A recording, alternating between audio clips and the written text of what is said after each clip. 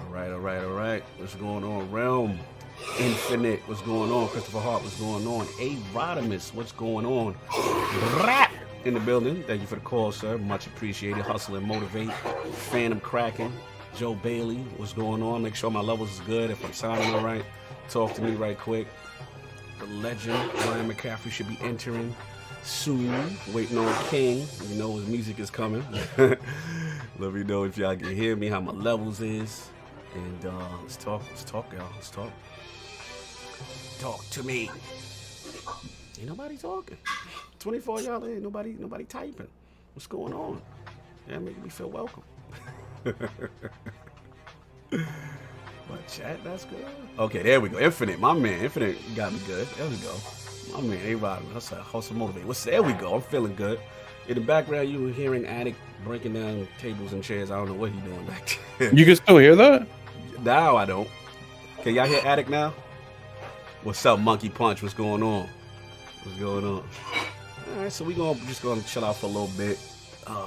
The legend himself, Ryan McCaffrey, will be joining us very soon, and King will be arriving soon.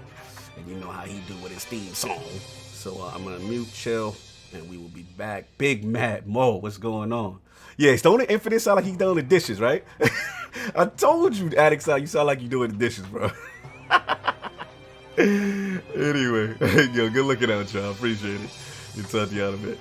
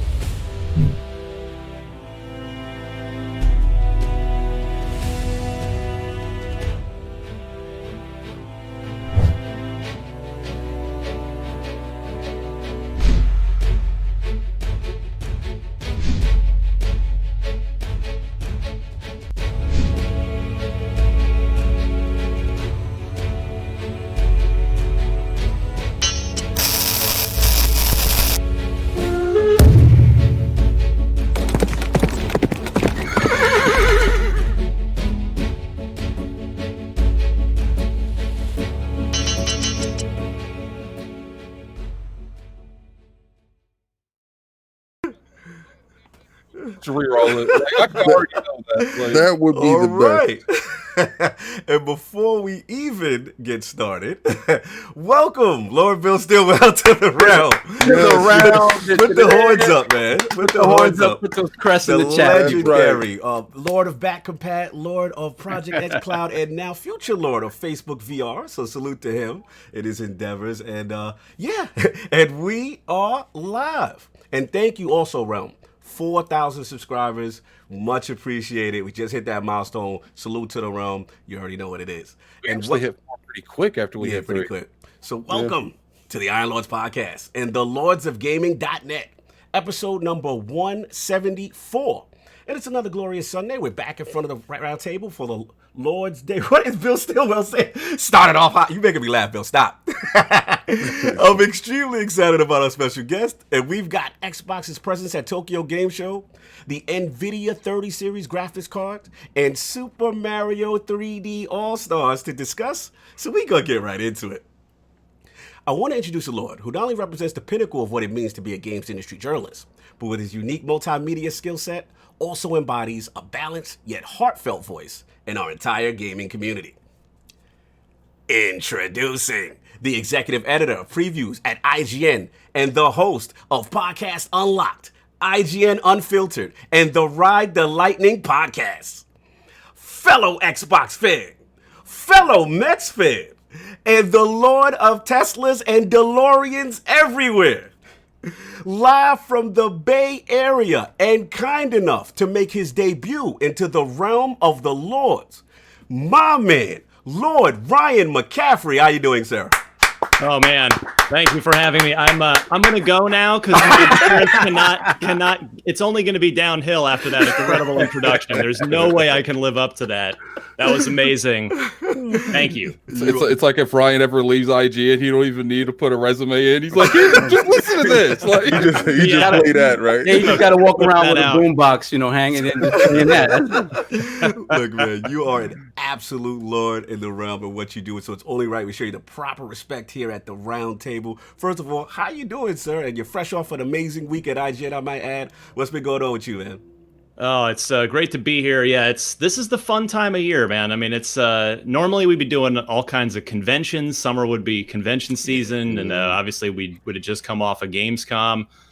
We'd be looking ahead to, well, I guess TGS, which I mean we still are, but we're just not there. But that this year, this is a console launch year, so this is the big one. Woo! We've been waiting, especially as an Xbox fan. I've been waiting 7 years. It's 2013. It's like, so when's the next one coming out? So here we are when we're hoping, a little bit of a fresh start.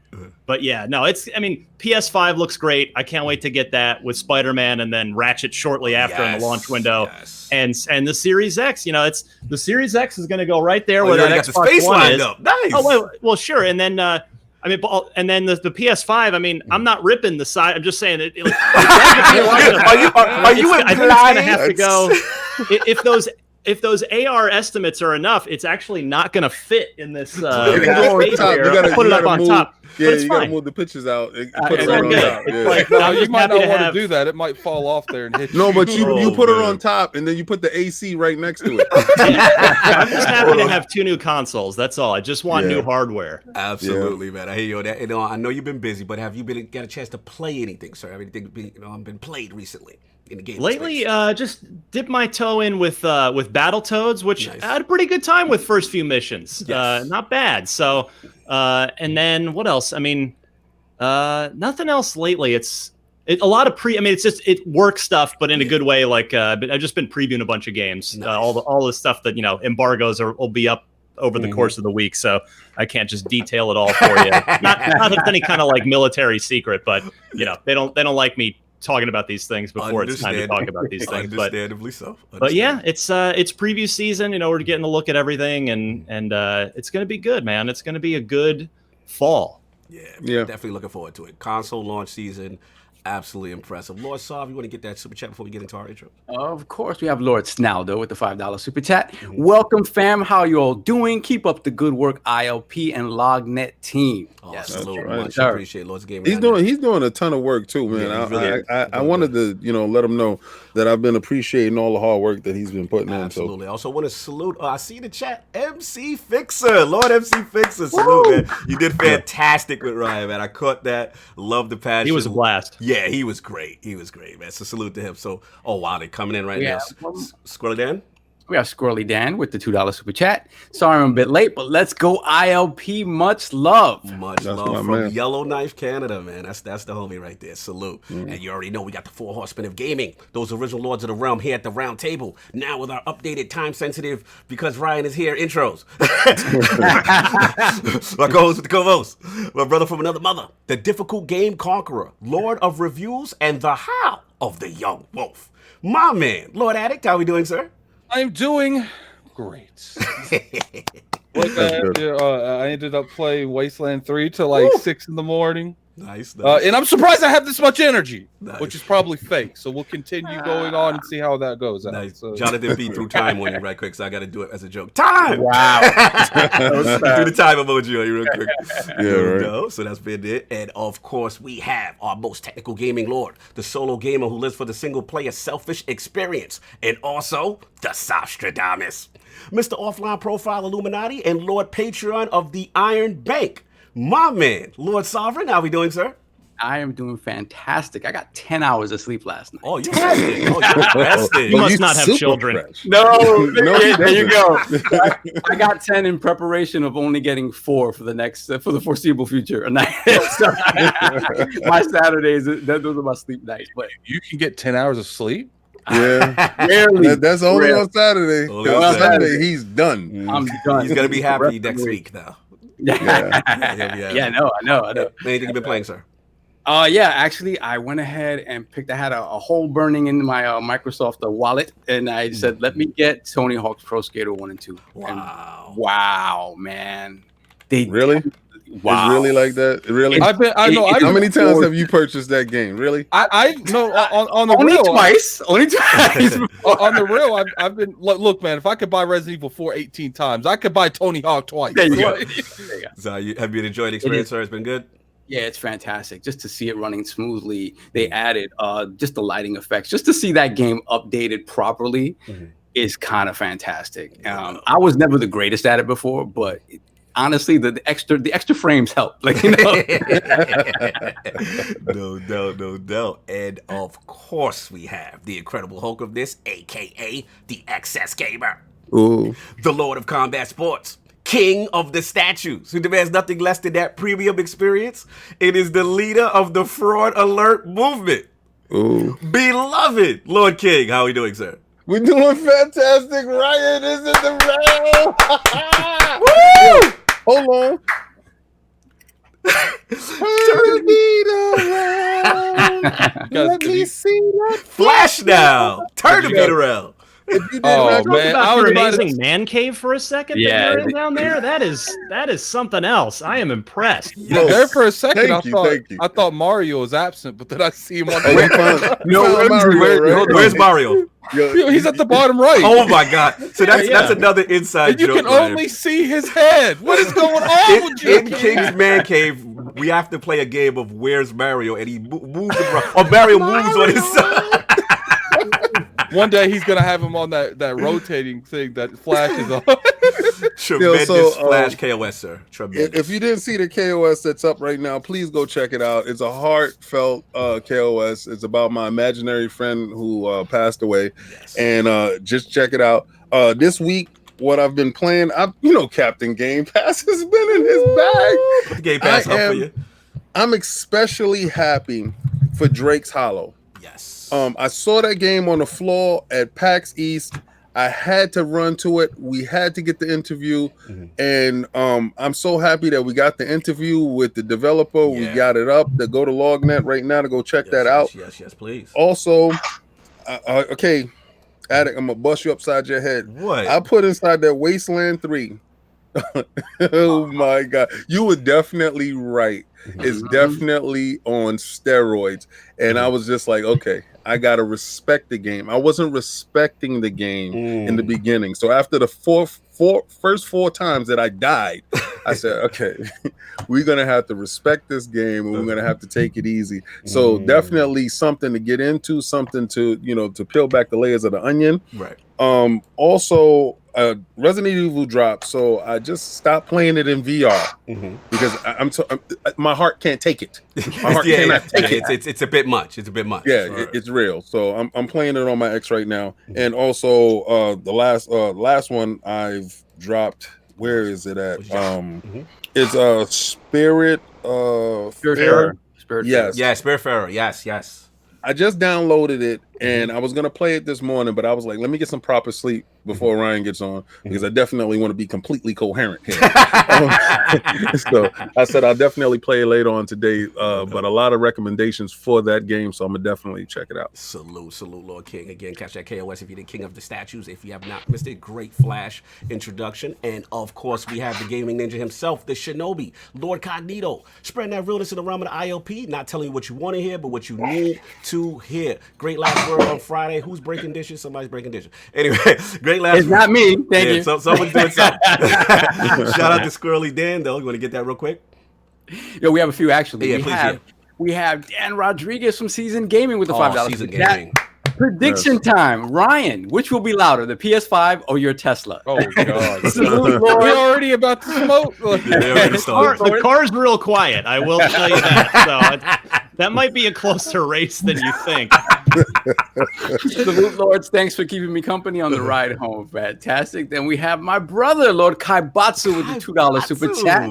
Yeah. I can't believe he's awake. IOP with another week of bangers. Gotta love it. Oh, salute, sir. Man. Salute. And we have Squirrely Dan yet again with the $2 super chat. Welcome to the realm of the Lords, Ryan McCaffrey. Much love. Yeah, Thank man. you, kind of. Much love. So yeah, man. Again, so last word was on Friday. Shout out to Ebantis. We killed it. Had a young content creator. They bought it. MyFi, man, really good. He's really growing out there. About 70K subs, but he's just comprehensive weapon review. Just really good. That so good laughs. Check that up. It's on ILP. And from me, game wise, it's still I'm at the very end of Ghost of Tsushima. I'm just trying to get that finished up. The companion quests I'm really enjoying those, man. That Attic, y'all know about that crazy lady. I forgot her name, Lady Masako. Her storyline's crazy. You gotta watch. That's a great storyline. Check that out. But enough about me.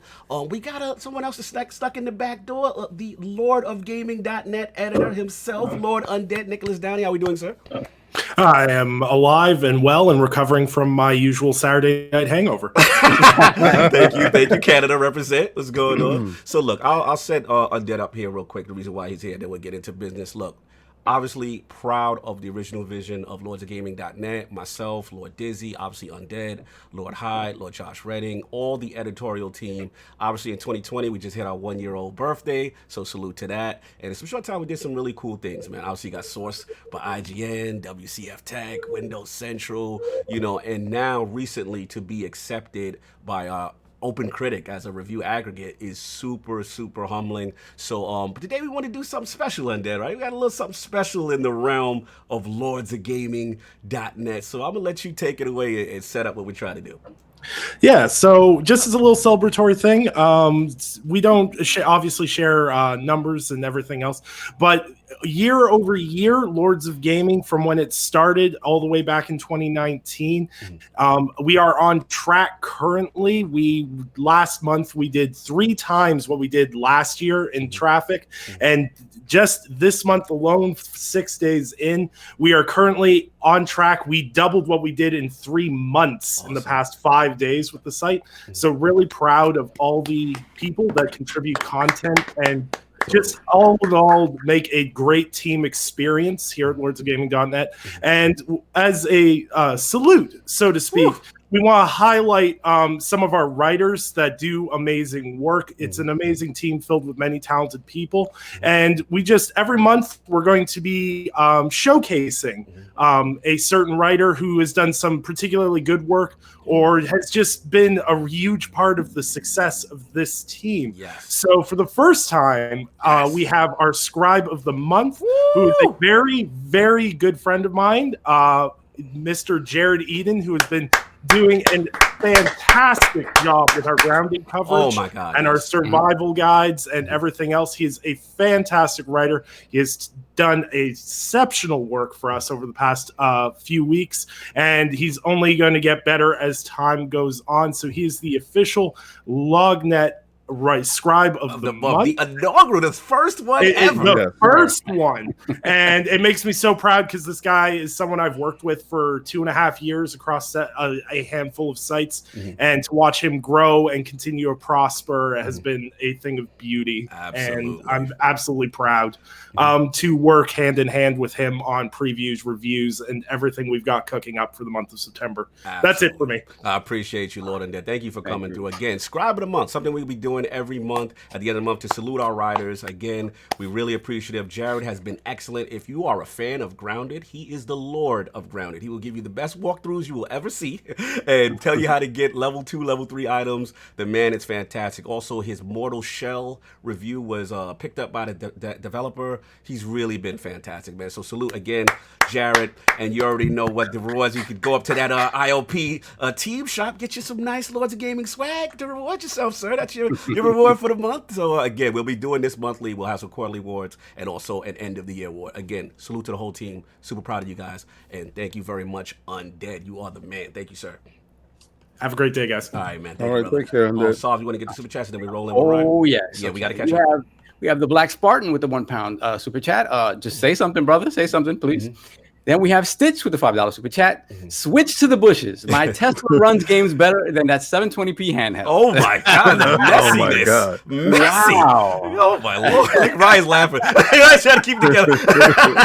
They both run Cuphead. Oh Wow. I know, right? Look, man, look, I'm pretty sure that the Tesla probably does run stuff better than my that. God, the Switch slant. Man. Anyway, Then continue. we have Smitty Smith with the $5 super chat. Shout out to LOGNET, ILP, The Last Word, thank Lord Addicts Reviews, and KOS Salute, the Book of X. Oh, we got to hit him Thank with you, the Book of X. Smitty Smith. Book of X, you got to get that. Boom. Book of X emoji for you. Continue. Then we have the Wandering Dutch with the £2 super chat. Good afternoon, all. Hope you all good. Thank you, Yes, sir, sir. brother. From the other side of the Thank you. pond, Wandering Duck. We and you will be working together soon, sir. What else you got?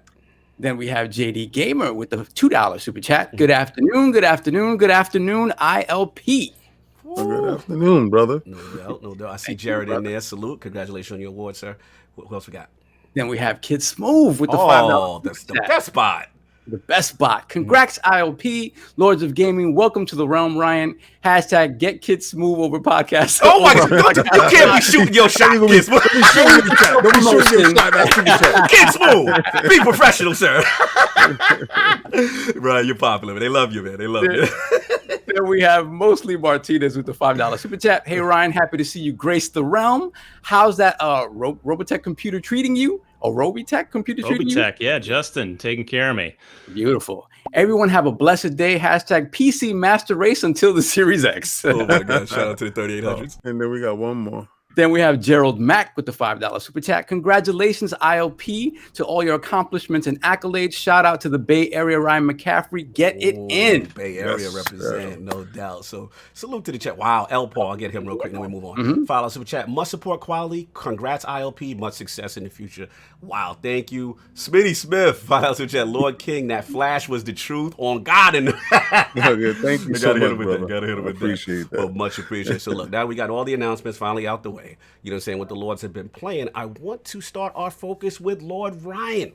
His video game system history, his journey into game journalism with the official Xbox Games magazine, and of course, what led him to become the executive editor of previews for IGN. So, Lord Ryan, let's start from the very beginning. What were some of the first video game systems you had? What got you into gaming? I'll tell you, it was, I don't know what friend, whose house it was at, but it was when I saw Super Mario Brothers. So I'm turning 40 in 2 weeks. So I'm the right age for the original Nintendo. And so at some point, yes, sir, at some point, I saw Super Mario Brothers and just started playing. I was like, this is amazing. Like, this is great. Video games are fantastic. Yeah, I don't remember ever playing an Atari or anything anywhere else. And I certainly didn't have any video game systems. But yeah, Super Mario Brothers was my catalyst, my entry point into video games. And then from there, I'll tell you, I used my first communion money. Catholic kids know what's up. Oh yeah, shout out to Catholic kids. Yeah, to buy my own Nintendo. Wow. And, well, I would have been, I guess, I mean, I didn't get it right in 85, 86. It was more like 87, 88, somewhere right around there. And yeah, just started off with it. And my friends all were into video games too. I mean, you know, the Nintendo was it for everybody, for all of us. You know what's kind of crazy, Ryan? Like, everyone at the beginning with those first couple consoles, like they remember getting it a couple years into the life of the system. And I'm thinking like that now. I'm like, I couldn't go like 3 days at now. Like 2 or 3 years back then. That's how addiction works. You can't last long without it. You need that new fix. You got something better? Okay, get it right in these veins. Let's go. Yeah, baby. You know. Series X, PS5, straight into my veins. Hook it up. But, real quick, we have a special super chat for you. Shout out to the legendary, the Great Wall himself, Bill Stillwell. Tell us super chat. Ryan is easily the second best guest ever on ILP. Who am I kidding? He's number one, but I got the jersey. Oh my God. Salute. That is super petty. Salute. Yeah, he's one of the few, right, that has got that legendary ILP jersey right there. So salute to the Great Wall himself. I love Bill. Bill's a dear friend, man. Yeah. He's a great person. Yes, he is. But continue your journey. I just have to ask you, which NES was it? The light gun one? Was it the Rob one? Was it? It was the Super Mario Brothers Duck Hunt combo cart. Yeah. Okay. Yeah, that was which I feel like that was probably most people had that, right? Because that was, I don't know, I guess they weren't offering that in the beginning before I knew about it, but I feel like that was, I don't know, at least everybody that I knew, that was the one you got. Absolutely. Was the Mario Brothers Duck Hunt combo cartridge. And then but it's like, I don't know about any of you guys, but it was, Duck Hunt was like just the other game. Yes. I did play Are you Duck Hunt, but it was calling Duck Hunt Crackdown? Behave. It was like it's same thing like with the Master System. It was hang on, and then you had Safari Hunt, right? And then I mean, at that point, would you say, Ryan? I felt it was more of a tool to showcase the light gun more than anything, as opposed to like what do you think? Yeah, I never. Of course, you don't think about it that way as a kid, but yeah, I guess I don't know. Like I don't know. Maybe. I guess I never really thought about it, so that's a good question. I guess thinking about it now, I would imagine Nintendo was thinking about it like, oh, this will be like translating the arcade experience into the home, because of course arcade gaming was the only way to really game until. I mean, yes, there was the Atari and all that, but that was, arcades were the primary vehicle for video games. So yeah, you put in a light gun game in there, and that makes it seem like, oh, okay, yeah, that's like the arcade experience at home. So it was the best one for me because I got the whole big package. I got Rob the Robot. For no reason. Nice. Rob, he only worked like one time. And when he did it, I was like, okay, Rob, you're done.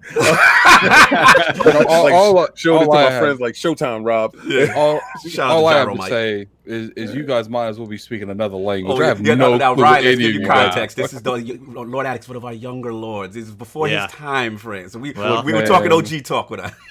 Know your history, son. Talk. Thank you. You don't need you don't need to be enabling them. Okay, Ryan? He has to do his history. So from there, we're gonna start age shaming now. so from there, right? It was NES. Now, did you stay in the console space? Did you? Oh yeah, for a while. Okay. So, my family was as middle class as it got, and I only say that as to preface what I'm about to say with where I went next with games. So it was, I ended up owning a lot of the systems, but only ever one at a time. I never had, because I always had to trade in one to get the next one. Yes. But as that addiction got deeper, it's funny. My best friend Robert and I, we bucked the trend. We decided, you know what? I don't know. We'd been reading EGM. We decided.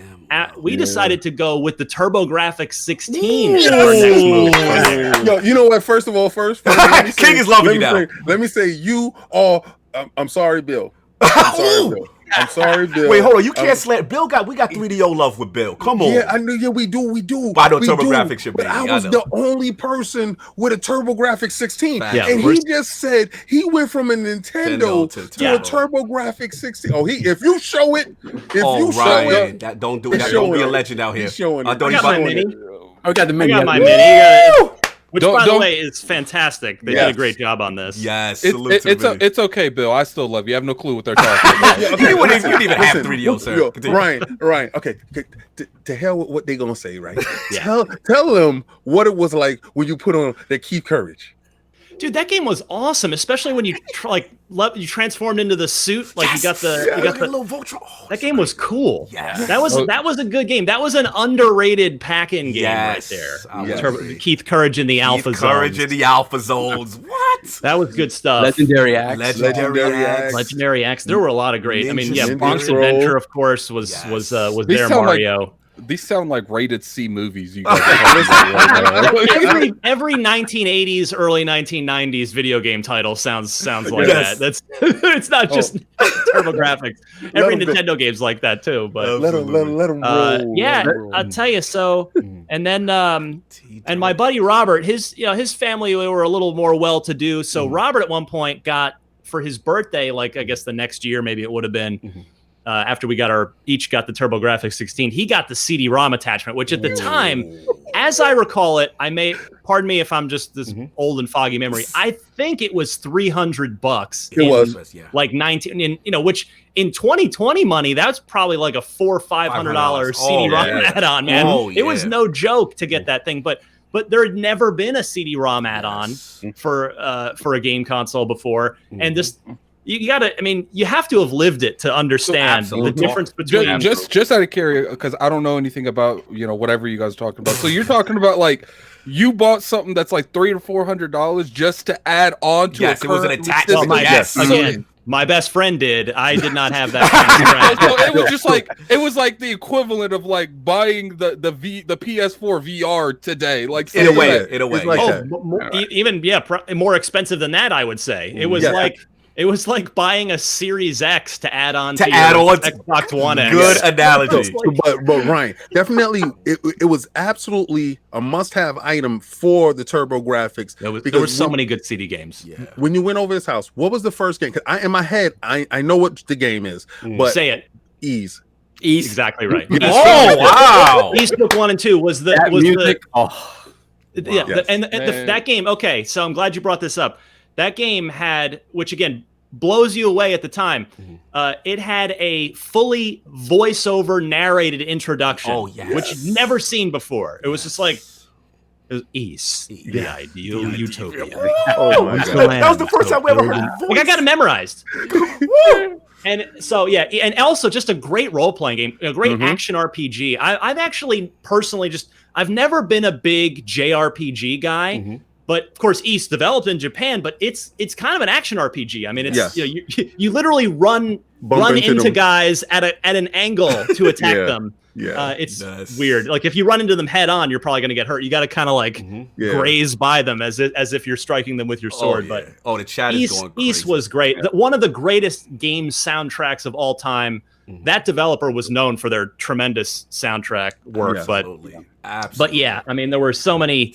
Anyway, so I didn't have, so I had to live vicariously through my best friend Robert at his house. Yeah, that's but we stayed up. I remember when he got it, we stayed up all night playing East Book 1 and 2. That game was incredible. But then eventually I moved on to, I traded that in and got, I can't remember. I think Genesis was next. Went to Genesis. Of course, killer sports games. Yes, the best. The EA sports games were better on the Genesis than they were on the Super NES. Lakers versus Celtics, man. PGA. Absolutely. I think one of the things that I envy about when you guys grew up is like right now in the generation our group's like neither Nintendo, PlayStation, or Xbox. At least you guys got we got the Genesis here, and then we got some other system I ain't never heard of. Because it was a different time. Like it was less fanboy. I mean, there were some moments, obviously, the Genesis does and all that stuff. But the reality is, it was kind of like what Ryan said, where it's like if you didn't have it, your friend had it, so you went over your friend's house to go check out the other experience. You know what I'm saying? So King was that for us. Like it just it was just all that time. stuff like, right now. It's like music to my ears because every time I hear somebody tell a history, it's either Super Nintendo or Genesis. Yeah, you're right. Super Nintendo or Genesis. Ryan's you know, I was that Neo Geo Turbo Graphics out of the box dude, but the Turbo Graphics, when I put on that CD, it was mind blowing for me. Like Lords of Thunder, Gates of Thunder, that stuff like that. That stuff.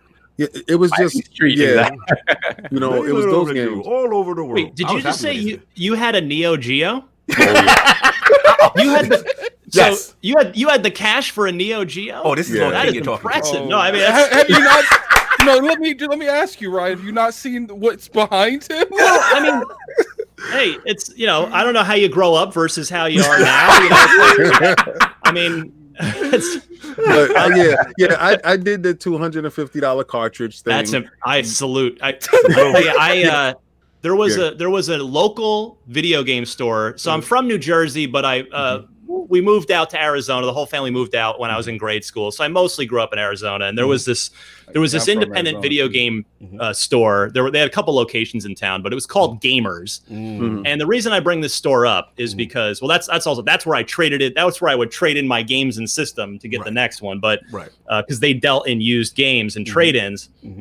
But the cool thing about Gamers, the reason I loved going there, is they had in the sort of near the front window of the store, they had a station set up with each system that was out, and you could rent time and just play game. Like you could rent basically games you could play for 10 minutes on a Neo Geo or a TurboGrafx with a CD or a Super NES, or was it, I don't know however much it was for 10-15 minutes, or you could do an hour or whatever. And that's the only place I ever saw or beheld or even played a Neo Geo. And I just remember the giant cartridges. Remember how huge? Was these systems that rare? Like, did you? It wasn't rare. I mean, the Neo Geo was like literally arcade quality. Yes. It was incredible. Yes. Yeah, it was stunning. You at could the literally time. go from your system with the memory card to home and back, and if I can remember, right? Yeah, when we went to Elizabeth Street, we would take our memory card wherever we was at in the game, and we would put it inside the machine, the cabinet,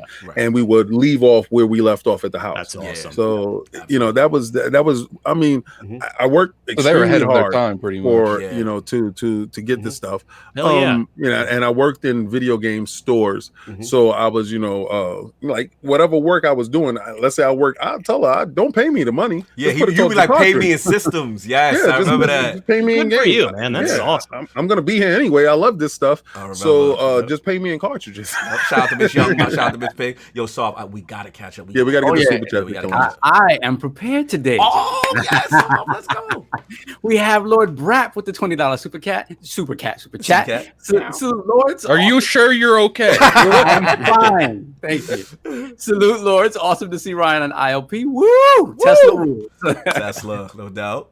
Then we have Lord Six Slayer with the $5 super chat. I used my first communion money to get an NES, just like Ryan. Oh, that's beautiful. Respect. Then we have Emmanuel A1 with the $5 super chat. Salute to ILP and Ryan for using his platform to help show the diversity in the Xbox community and content creators. Let's get kids move on unlocked. The chat's on what they're promoting stuff too. Then we have Pixelbit G with the $5 super chat. I went from Commodore to TurboGrafx to 3DO. Respect. Come on, all facts. Shout out to the Gates of Thunder and Lord of Thunder. Yes, also great soundtrack. Stereo sound with stereo. That soundtrack was awesome. Amazing. Heavy metal. Hell yeah. What else we got? And we have Neo Mental with the $10 super chat. Neo. Shout out to my guys on a great show. Thank you, brother. Thank you, brother. Then we have Beaner with the $5 super chat. Someone tell Mrs. King that he found a new love with Ryan. That TurboGrafx love is heavy. It's deep. So we good? Then we have Lord Darth Chilash, one of our writers at Lords of Gaming. LordsofGaming.net. Yes, that's my with guy. the 5. Where's the HRK? What is that? So it's a 5. I'm just gonna call it $5 super chat. Darth, please say something, brother. Please. Darth is Croatia, I believe. So he's coming from all Croatia. He writes for us. Continue. And we have Suicide King with the $50 super chat. Wow, thank you, brother. Thank you so much, brother. Had to catch the OG Ryan McCaffrey live in the realm. Unlocked was the first podcast I ever listened to, and I've been a huge fan ever since. Check out IGN Unfiltered and really we will talk about that. Oh yeah. And really special long form interview show. So cool to see Ryan on IOP. Absolutely, man. Wow. Wilmy. Get Wilmy. We have Wilmy, my God. With the $50 super chat, Lord Wilmy Hood. 291 people watching live, so hit that like button now. Salute, Thank you, brother. And let me know what day I'm going to be on your show, Will. Yeah, absolutely. We got, hold on. That's in there. Yeah, we have a few. Okay. We have our Scribe of the Month. Jared. Yes, we do. We have our Scribe of the Month, Jared Eden, with the $5 super chat from Canada. Yes. Thank you for the wonderful words earlier. Means a ton. My pleasure putting in that work. Shout out to Lord Ryan for being an inspiration as well. Salute, Jared. You keep it up, man. Keep it up, brother. You're doing fantastic. Absolutely. Then we have Lord Cycle Gamer with the $5 super chat. Ryan, what are you expecting from Battery Day? What? When he has to charge the car, I'm assuming. Oh yeah. It's Tesla stuff. There's Tesla stuff. Yeah. Don't worry about it. No, it's hopefully. I want to see. I'll throw you some other weird words at you guys who aren't sure. The Plaid Model S, and you guys are like, "What on earth are you talking about?" Cycle is appreciating this. Yeah, Cycle's appreciating this because he said, "Also, do you think Tesla would extend the type of partnership they have with Target to a company like Walmart?" Okay, I hope so. Yeah. The more, the merrier. Yeah, they need more charging stations all over. Yeah, you want to get clowns? You wanted? I get it. Yeah, I missed it. He said I missed the video game aisle at Toys R Us. Oh, old school. Oh, yes, I brought Super Mario Brothers 2. I have this vivid memory of going and just. It was they had it at the very beginning of the aisle, and you take the paper ticket out of the plastic sleeve, and then you take it to the locked security counter. And then they'd hand you your game. Bro. Man, those were memories. What's funny is like I had like the back end memories for Toys R Us. Like it wasn't for like gaming stuff because I used to play Yu-Gi-Oh! And they used to always have tournaments with Toys R Us. So but I never bought games really there. I just took what I won from there and bought stuff. Yeah, but that's a classic, man. You want to go continue off? We gotta finish up. We got to knock these out. So listen, Ryan's only here for 90 minutes. Yeah, kill us. Yeah, please, y'all. You have JD Gamer with the $5 super chat. Ryan, we know you went from Nintendo to TurboGrafx 16, but where did you go from there? Please tell me you took some time to enjoy the Sega Saturn. If the super chats would stop coming in the way they we can tell the story. Gamer Forte, follow us with your happy afternoon, Lord. Glad to see Ryan on the show. Love everything you guys do. Salute Gaming Forte. You want to get Stitch the $5 chat, not hitting that like until Attic puts his uniform on. No, we're not doing it today in front of company. we have Lord just have to hit that dislike button this week. Then we have Lord Brap once again with the $5 super chat. Ryan loved the OXM demo disc. The Ninja Gaiden demo disc was fire. All right, so we're all caught up. We got to move on. Thank you, Lord. You guys are super appreciative. So look, we got that. You moved on. You went and then you Turbo, then you kept on. Now, did you ever touch PC, or that was kind of it? Genesis. Yeah, that's Genesis. He was at Genesis. I'm sorry. Yes. I'll fast forward because it's otherwise we'll be here all day. All day, yeah. And then, at some point, whether it was I got tired of the Genesis or what, again, traded that and all the games, traded it all in, and saved up some allowance money or whatever it was.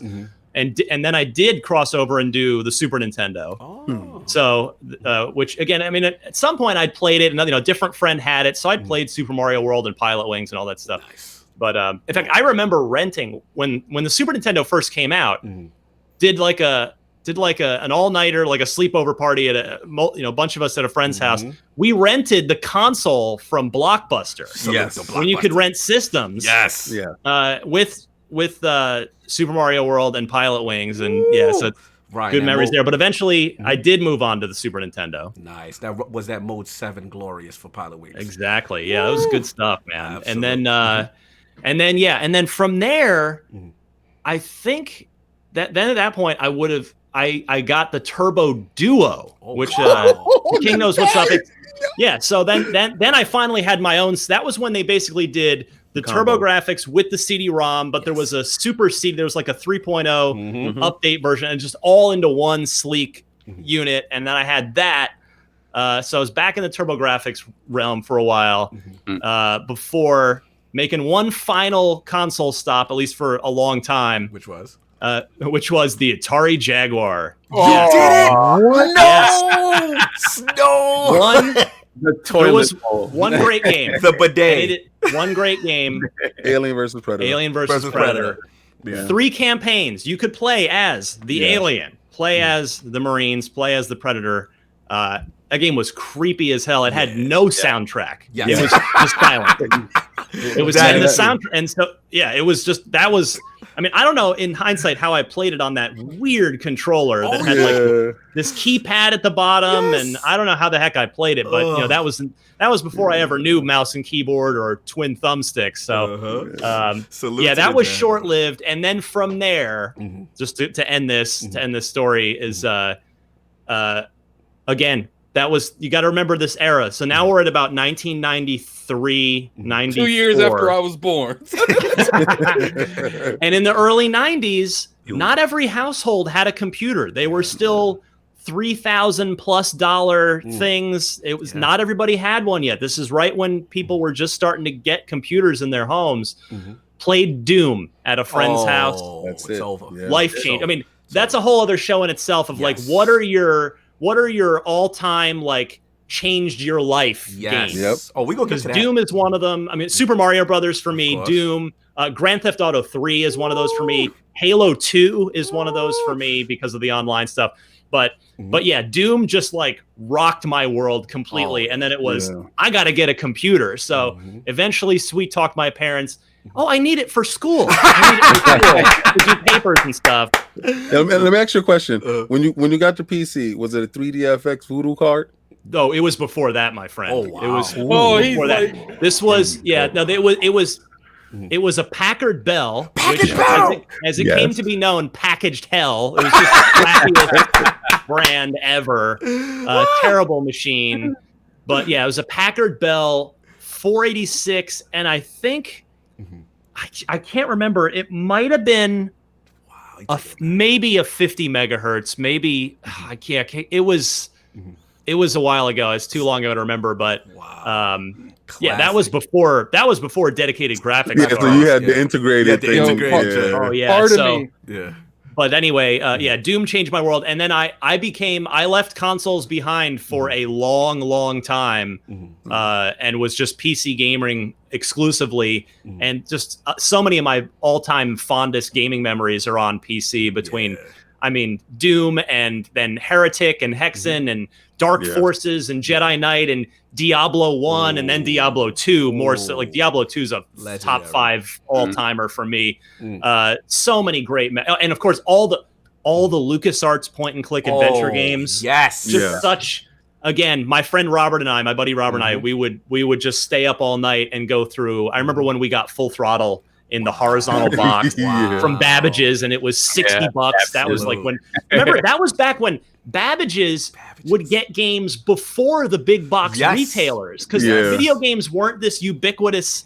Like, companies didn't understand how lucrative and popular video games were, and so you had these dedicated video game shops and malls like a Babbage's, like a Software, etc., that would get the games first before the Toys R Us's and the you know the Kmart's and the what have yous would get them.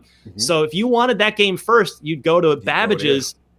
And it was more money. It was $60 for some of those new releases. But yeah, I mean, so many great electronics boutique. Electronics boutique. Yes. They were very like Ryan's right, like very enthusiast kind of spots at that time. They didn't realize like how, like you said, how lucrative things were. Man, this is tremendous. And I remember those point and click games. I think for me it was like mine one was like Monkey's Island. Yeah, like that really changed me. I just love that game. Speaking to that, like Brap with the $2 super chat, Ryan, remember King's Quest? Yes. See, I mean, I do, but I actually, I don't know, the Sierra adventure games never did it for me. I was a LucasArts guy. I just liked I don't know, it was something, but I certainly, King's Quest, Police Quest, it's, I remember those Sierra games for sure. Leisure Suit Larry. Leisure Suit Larry, yeah, Leisure Suit. What else we got, Saul?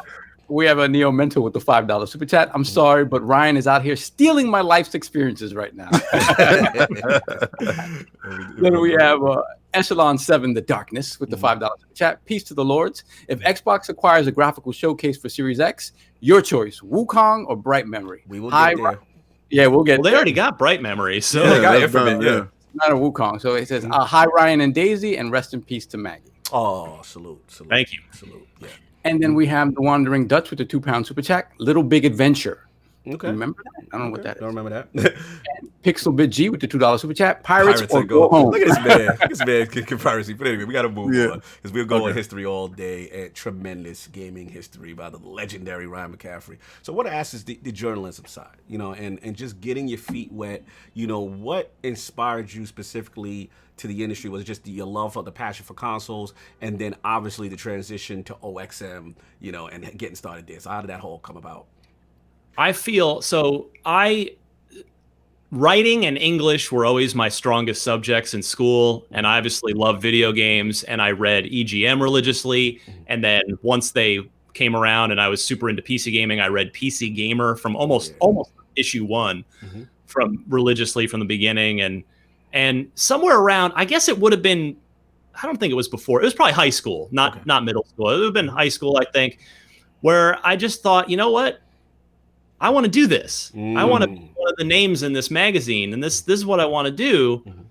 And so I consider myself very fortunate to have known early exactly what I wanted to do. Because it's a lot of friends, a lot of people, they're still figuring themselves out in high school and certainly in college and even beyond. And there's nothing wrong with that. You're figuring out what you want to do, who you want to be. I feel fortunate that I was able to focus because I had that dream in mind. I knew what I wanted to do. Right. And so I went to Arizona State, which, big party school reputation, but they had a great journalism program, the Walter Cronkite School of Journalism. Wow. So I went there just, again, with this laser focus in mind. And I knew, all right, I got to dominate this as much as I can.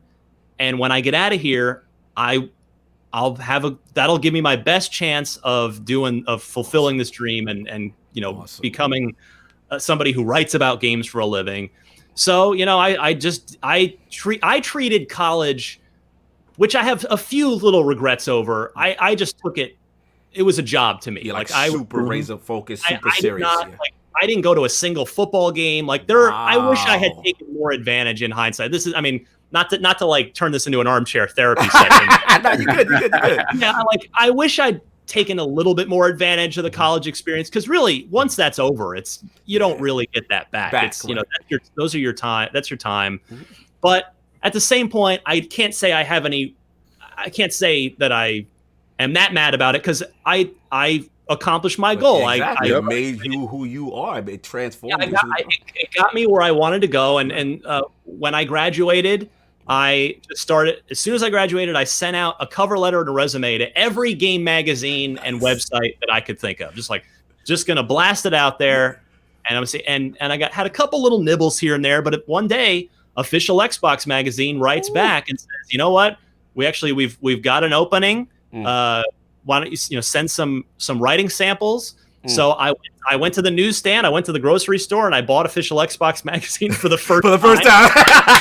You're like, who are these guys? I need to do research. Who are these guys that want to hire me? I haven't got an Xbox yet. That's the story that's funny now that I didn't admit for a long time. But yeah, so I sent him some writing samples in the style of the style of the different sections of the magazine, and nice. And I must have impressed upon them enough, because they finally wrote back at one point and said, well, all right, we'd like to fly you out for an interview. Wow. And then I guess I impressed them enough, and they took a chance on me and hired this 22-year-old kid fresh out of college. Fine. I guess the other funny part of the story that I just skipped over is it was, as soon as they said, we're going to fly you out for an interview, that's when I went to the store and bought an Xbox. I got one. Time to do your research. Ryan don't want to walk into their headquarters and there's an Xbox control. He's like, "What's this?" Oh my god! Hold on, real quick. We missed Bill. We missed Bill real quick. Let's get Bill Stillwell with the $5 super chat. Leisure Suit Larry was the last game I played as a boy. After that, I was a man. I'm done with you. Yo, Bill. That is the truth. Okay, so they had, Bill will remember this. There was you had to answer questions Really? in order to access Leisure Suit Larry because it was an adult content. Yep. You had to I don't answer remember that. basic history questions that only someone 18 or older would know. That was a parental multiple choice gating? That was back. Yeah, because again, remember, there's really no internet at this point. Google, like, who was president in 1968? Like, it doesn't exist. So, but yeah, that was the actual, like, parental content protection code. You had to answer trivia questions to get into Leisure Suit Larry. So this is like pre-ESRB? This is like... A kid would not know the answers to these questions. So once you click it, because trust me, that game, like Bill said, you're not a boy after this game. It transformed a lot of aspiring youth. When you guys talk about like these old content and these old games, part of me feels like, man, I missed out. But then you guys start talking about like the actual games. I'm like, okay, I'm okay. I'm good. I wouldn't trade it. God. No, this is awesome. I appreciate the time I grew up in. Awesome. Yes. So yeah, like I said, OXM stuff like that. I just had to ask you a question in reference to OXM. I thought one of the coolest things about the Mag was obviously those, like vintage demo discs, right? So like, who was behind the thought process of including that in the magazine? Like, I thought that was really cool. Well, that was before my time when OXM was published. My employer was Future Publishing, and they had at the time they published PC Gamer. So this magazine that I dreamed of getting into was right down the hall. Nice. I was also a big fan. King might know about this PC Accelerator. You might remember that. Yes. Speaking of adult content, PC Accelerator is so funny. Yes. They did a feature one time where they played flight simulator games drunk. They wasted and then played the games. Wrote about it. Like, they did stuff like that. Their most legendary thing. Sorry, I know I'm going off on a quick tangent. No. Do it, please. And I learned when I became an employee, and because my boss, Mike Salmon, our editor-in-chief, was actually the editor-in-chief of PC Accelerator. Wow, okay. And then he moved over to OXM after PC Accelerator folded. But they did a preview of, I believe it would have been, I guess, Tomb Raider 3 in PC Accelerator. And again, they're an edgy, funny. The preview would... imagine this now. The preview in the magazine was Tomb Raider 2, but they just like crossed out the 2 and put a 3. Totally leaned into the joke of like, this is the same thing, but same thing, another number on it. And apparently, I learned later that IDOS got really pissed off about that. Like, they were not happy. I don't know if I don't remember if they said if they pulled advertising or not, but yeah, that. Man, that's crazy. Anyway, it's crazy to think that stuff like that still goes to this day. It's the same game. Like, nothing's changed. Like, but back then we were looking for new experiences, and let me tell you something. New experiences now? See, no. Obviously not with this Madden stuff. Anyway, but what we were looking for, like I said, was new experiences, new horizons, and stuff like that. So if you didn't push the boundaries, a lot of these editors will hold your feet to the fire, and they really didn't care at that point in time. So you would be able to get these magazines because, trust me, these magazines stake their claim on being reputable. Yeah. When we picked up an EGM or we picked up a Game Informer or these magazines and we read them, we believed exactly what they were saying, and we purchased on that because we didn't have a try stuff out like Game Pass and stuff. Yeah. I mean, we so you guys were definitely our first line of defense. Yeah. When you guys were to finish answering the question about the demo disc real quick. So OXM started. I started in issue 12, I think it was. So I came a year in. So OXM started. But to just answer the question about the demo disc, that was so Future. Sorry, that's how I got off track. Right. Future was doing PC Gamer, and PC Gamer had a demo disc, a CD-ROM demo disc with PC game demos on it every month. Right.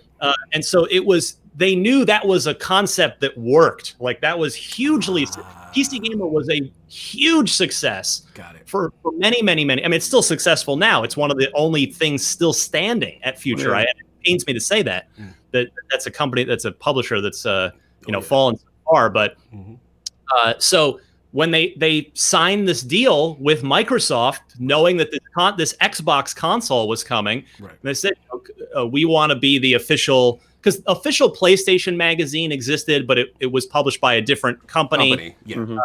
I guess it would have been Ziff at the time. And which ironically, that's who I work for now, is Ziff. Yeah, that's what to say. But anyway, so yeah, they successfully pitched Microsoft, we want to do your official magazine. And by the way, just to clarify, because people ask me this all the time, I did not work for Microsoft. Microsoft had no say over our content. Nice. The only thing, so Future paid Microsoft, not the other way around, people. Clarify. Future paid Microsoft to use the official Xbox logo and call it the official Xbox. Got you. magazine. So that was the nature of the relationship of what official meant. But that's important.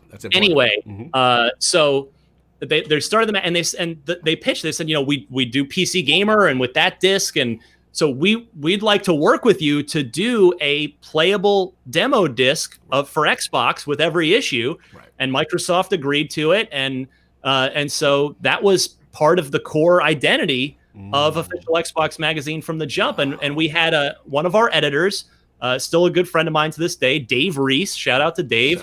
He was the guy that, like, his whole job, like, he did stuff for the magazine, like the occasional review and stuff, but his primary job was putting together that demo disc every month and reaching out to developers and trying to get their demos on, and like his day revolved around that disc, and he did a tremendous job. We had so many killer discs over the years. I mean, OXM was the first place that the public could play Ninja Gaiden, which was referenced by somebody earlier. Splinter Cell Chaos Theory. I remember we had the Lighthouse mission, Mission 1. That was the first place you could play Chaos Theory. In fact, the original Splinter Cell, that was OXM was the first place that the public could play that. Because again, there was no marketplace. There was no digital marketplace. You couldn't download no demo. To be honest, that's where the disc came from, and that's sort of what it was. There was a famous penny arcade, well, famous to us, that always stung. I mean, I've met Jerry and Mike, and I've talked to them, and they're nice guys. I have no beef with them. There was a penny arcade one many years ago that definitely hurt, which was the joke was they like got OXM and they were super excited. They were like, yeah, super excited, and then you see the third panel. They're throwing the magazine in the trash. We had magazine wars. I saw that one, and because a lot of people would say they were only getting it for the demo disc, and that's not true actually, because the articles inside was definitely great stuff. So that's not true. I remember that. I'll tell you, we had a great team. I am so grateful to have gotten to spend my 20s at OXM, which was also the first 10 years of my career. Awesome. Like that team, Mike and Frank and Fran and Tom and Julianne and just everybody on the team, like Dave. We had such a great crew. It was, I mean, that doesn't exist anymore. And really, because everything, like the world has changed and the world's moved on and social media has changed everything. And I'm so grateful but we were a great team and we were really talented. And I'll tell you this, we loved Xbox. It was not a job. It was not like, oh, well, okay, we work for this publishing company and I guess, all right, we'll do the Xbox thing since that's what, like, no, we all ate, slept, and breathed Xbox. We all loved it dearly. I mean, Frank O'Connor wrote a cover story on Halo 2 that was full of so much passion and enthusiasm and smart writing and brilliant writing. And that he got hired. Yeah. You remember Frank was one of the first community managers. He was he got hired by Bungie, and of course he still works on Halo today. He's stuck, he left Bungie and went to he stayed with Halo and went to 343. So that's awesome. We love the platform. And I'll tell you one other quick thing. We took so much pride in, I mean, you couldn't do this now because of the fact that there are literally like 10 plus games a day that come out through ID at Xbox. Absolutely. But we took a lot of pride. We covered everything on the Xbox. Wow. We covered everything. We knew we just, if you asked any game, we're like, yep, played that. We could tell you about, it's impossible now because for the volume, the sheer volume now would be, there's too much, but and that's not a bad thing. Right. I'm not saying that's a bad thing. I'm just saying the times have changed. But yeah, that Splinter Cell that we never got a chance to play. Remember that one Splinter Cell? The early build of Conviction. Yeah. Did you get a chance to play that one? No, I did not. There were I mean, I have stories like that, but not of the. You're talking about the Hobo Sam version. The Joel Sam version. Yeah. I was always very curious about that version, and but they never showed it to. Right. I guess they didn't show it live to any journalists or anything like that. So never did see that one. No doubt. Because the reason why I asked, right, is because I remember that game so vividly, and I was anticipating the game when I saw The Last of Us, and I was like, man, it's something about this character that is like it's something I couldn't put my finger on it. I played The Last of Us 2, and when I got to the end, did everything, and I was just doing my history, then I remembered the game. Right. And I was like, oh my God, if they would have just went in this direction, what would that direction have been with the Splinter Cell? And I just wanted to know if you got a chance to touch it to see, like what it was like. But I'll tell you, I haven't thought about that in years till you just brought it up. But I see where you're going with that, where I remember the thing about that game, that version of the game was, you were going to like pick up chairs and objects in the environment to like throw them at guys and distract. And you were going to blend into crowds and stuff. And obviously it didn't have, zombies or zombie like creatures in it. But I guess there were kind of those, there were some of those sort of kernel elements of that kind of like gritty real world type of more grounded approach to it. Absolutely. So just moving on to obviously the transition to IGN and the, getting there. And obviously you have the amazing podcast Unlocked and Lord Destin Legary, Lady Miranda Sanchez, and Brandon Tyrell, who I missed. I get a chance to talk to, but I wanted to talk about that, your transition there, and then of course your personal passion project, the IGN Unfiltered, is just an amazing series, super relaxed, super chill. You kind of in this one-on-one actor studio kind of vibe. You get Lord Ryan's got the tie on, you know what I'm saying? He's chilling. He's got one tie. I own one tie. I like the one tie though. The one tie smooth, and it's just like these really cool stories. So like, I want to start with the first part with transition to IGN. Obviously, podcast Unlocked, and then the third would be IGN Unfiltered, because I want to know what are some also the experiences you got by doing and things you may have learned doing these things. So let's start from those. Sure. Yeah. So there unfortunately, of course, the future itself, future publishing, the writing was on the wall. Things were not going well. Everybody knew that magazines were dying. Gotcha. And so. All good things must come to an end. I eventually got to a point where, okay, I guess I better start looking around, because I'll tell you, for most of that first 5, 6, 7 years of my more than 5, I would say 6, 7, because I was there 9.5 years, so I would say maybe the first 7 years I never even thought about looking anywhere else. I was having, again, I knew I had an incredible team and a great gig at OXM, but eventually it came time where like, okay, I guess I better start keeping my eyes open here, and it worked out where the editor-in-chief at the time of IGN, Casey Lynch, I knew he had done PR before he ended up at IGN. He had done PR in various capacities, including he was a PR guy for Rock Band, which the OXM team we were, oh my God, like that's another show. That's another show. The Rock Band. I mean, Rock Band was a phenomenon that I'm telling you, Rock Band and Halo 2 are the two eras that I would give my like pinky toe to get back. Yes. To like they're gone forever and they're never coming back. Transformative. Because again, life changes and things change. But those two periods were incredibly just the experiences and the memories were so great. But anyway, so Casey, I talked to him, like he was interested in me and running the Xbox channel there. He knew he was going to have an opening and it took a little while, but over time, like there was just the mutual interest. And I knew like, all right, if I'm going to leave OXM, like I'm not a nomadic guy. Right. I've only worked at 2 places and I like that. I want to be comfortable and happy somewhere. I'm not, there are people who can just bounce. Yeah. And they're like, and they're upping their salary each time. And and it's like full respect. I'm not wired that way. I want to be somewhere and stay there and be comfortable. Yes. And I'm very lucky to have that now at IGN as I had it at OXM. Right. But anyway, so yeah, I did get hired in May of 2012 at IGN, and that was back when E3 was still in the beginning of the like super beginning of June. Right. And so my first. I had 1 day in the IGN office before we left for E3. So my start time was just weird. Oh, you hit the ground running.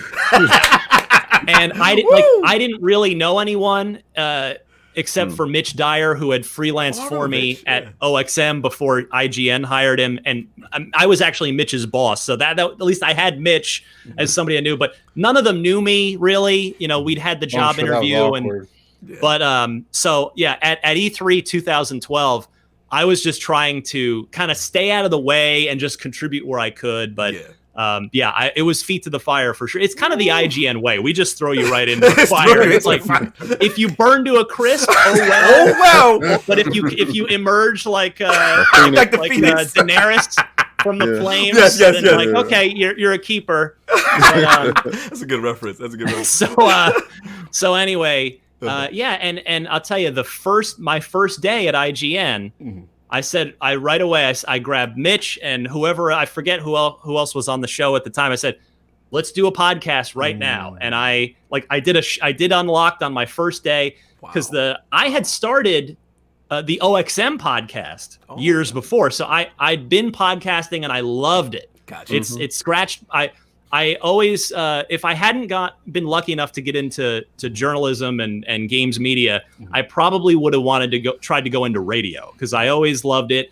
And literally no one's ever told me you're a handsome boy because it's not true. This is what I got. Nothing I can do about it. But I used to hear a lot, wow, you've got a great voice. You've got a great radio. So that was the gift that God gave me. I didn't get the face, but I did get the voice. So I always loved radio. I'm a big I was. That's another story. I was a big Howard Stern fan for many years. Yeah, I can see it. I really think the show's gone it's a shell of its former self now, but that's another topic for another day. But yeah, I was a big Stern fan for many years. Always, I think he was the best interviewer in media. Like he would get things out of people that nobody else would get, and absolutely. So Stern was a big influence on me, and so I came right first day at IGN. Let's do a podcast, and I changed the format. I basically had created this radio show style format at OXM because again I grew up loving radio and wanting to be in radio, so I kind of crafted KOXM was the name of it. And for those of you on the East Coast, it's your radio stations are WWOR or what have you. In the West, I don't know where the cutoff is, Mississippi River or whatever. It's the letter is K whatever. Yeah. So we were out west, and I called it KOXM. But anyway, so I purposely wanted it to sound like a radio show. Gotcha. And when I got to IGN, I said, all right, I'm gonna do this on Unlocked. And the format before I got there was basically like it was just four. It was kind of the equivalent of like four guys with beers. Yeah. Around a card table, just like playing cards and Yep, you know, super chill. talking smack. And a lot of people love that. So I got a lot of hate mail for a while, like because there was no, like, I ripped the Band-Aid off. It was just like, I'm not doing it this way. Right. And there were a lot of people like, get rid of this guy. He's horrible. How dare he? Like, I get it, right? Like, if you like something and somebody comes in and just change it, and suddenly it's changed. So, you know, eventually those people either stopped listening and moved on, or they got, you know, they stuck around and still enjoy. So it's fine. So yeah, I've been doing Unlocked since day one that I got to IGN, and then yeah, I put together. It was E3. Well, it was before I started. I would say the end of 2014. Okay. The end of 2014, I had this idea. It's like, what I want, like, it would be really cool to interview the different heads of Xbox from different eras I got to stop together you right now. at the same time. Go ahead. I got to stop you right now because you literally transitioned into what I was just about, and you framed it perfect. So what I got it. This is, in my opinion, one of the magic moments of Lord Ryan McCaffrey. Right. This is, if it comes to my Mount Rushmore of podcast moments, that was it Podcast Unlocked 201, I believe. Right. Correct. Yes, sir. Okay. You had 3 generations of Xbox leadership. Lord Seamus Black, you know what I'm saying? Yes. My personal favorite. Lord Peter Moore, the legendary. And then, of course, who we call Xbox only begotten son affectionately, Phil Dominus Maximus Spencer. Soon to be Aurelius. Thank you. Anyway, go ahead. Thank you for correcting me. You knew he was going to. I knew he was going to do it. You know I'm going to say his name. We got to throw the Phil properly. Dominus up in the chat right quick. So here's the thing. Like, you had 3 generations of Xbox leadership. The interview was absolutely superb. You've got so many gems and jewels and stories and trials and tribulations of each going through the process of leadership. One in particular, Peter Moore's story, where he called the Tylenol moment, as far as the Red Ring of Death, and having to go to Steve Ballmer and have that conversation. Get the $1 billion. Yep. Right. Seamus, you know, the fight to make Xbox relevant, believable, you know, the clowning and things like that. Obviously, Phil, the young gun at the time, you know what I'm saying? Changing the culture around. So, like, my thing for you is, like, is that your, because it's my moment, but I want to know for you professionally, is that your moment as far as podcasting pinnacle? Oh, yeah. It's not close. I know there's no way I will ever do anything that good at IG. Like, it's, and I know that sounds like part braggadocious, but also part self-deprecating. But like, I know, like, that was just a special moment. Everything came together. And I, like, it would be, even if I did like a sequel to that with like Jay Allard and a couple other guys, like, it's not going to be that good. Like, that was just right. The thing about that was I had the idea for it. And again, like the end of 2014, and you got to remember too, like that was right in the throes of the Xbox One crisis. Like they had launched and it was all a disaster. It was like the Xbox was on fire, basically. Like it was just a 4-alarm fire. Everything was going wrong. But I had this idea, like, you know, it'd be really cool to sort of talk through the history of Xbox with these guys, because I'd been doing developer interviews on Podcast Unlocked for a while, just in the middle of the show. Like I would just have people in to tell their sort of career story, because again, comes back to that Howard Stern influence. I wanted, you know, Howard would sit down with people for an hour, which, you know, again, was unheard of. Most talk shows, you know, you're on there for your 12-minute segment or whatever it is, telling some stupid PR approved story. And that's was entertainment. People, okay, but Howard was in there like having real conversations about where these people came from. And I always thought that was brilliant. And so I was like, I want to do this because video games are amazing and we love them. But you don't hear about the people and how they got to who they are and how they came to create these things. That always interested me. So I'd started doing these on Unlocked. And and then so then I had this idea about the these 3 generations of Xbox heads, and it I'll tell you, it's not easy. So Seamus at the time, as he still is now, was just that dude is, and I say this in the most complimentary way. He's a friend. He's a Renaissance man. Like he has a million different passions and strengths. Like he's a physicist. He's a roboticist. He's a sourdough bread maker. Like he was out at the forefront of this whole before quarantine. He was out there making sourdough bread from yeast cultures in the wild. Like the guy, like it's astounding. There's nothing this guy is not brilliant at. Yeah. So like I'd reached out to him.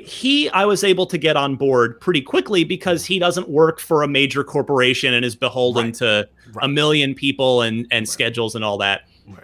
Talk about people. And I hadn't I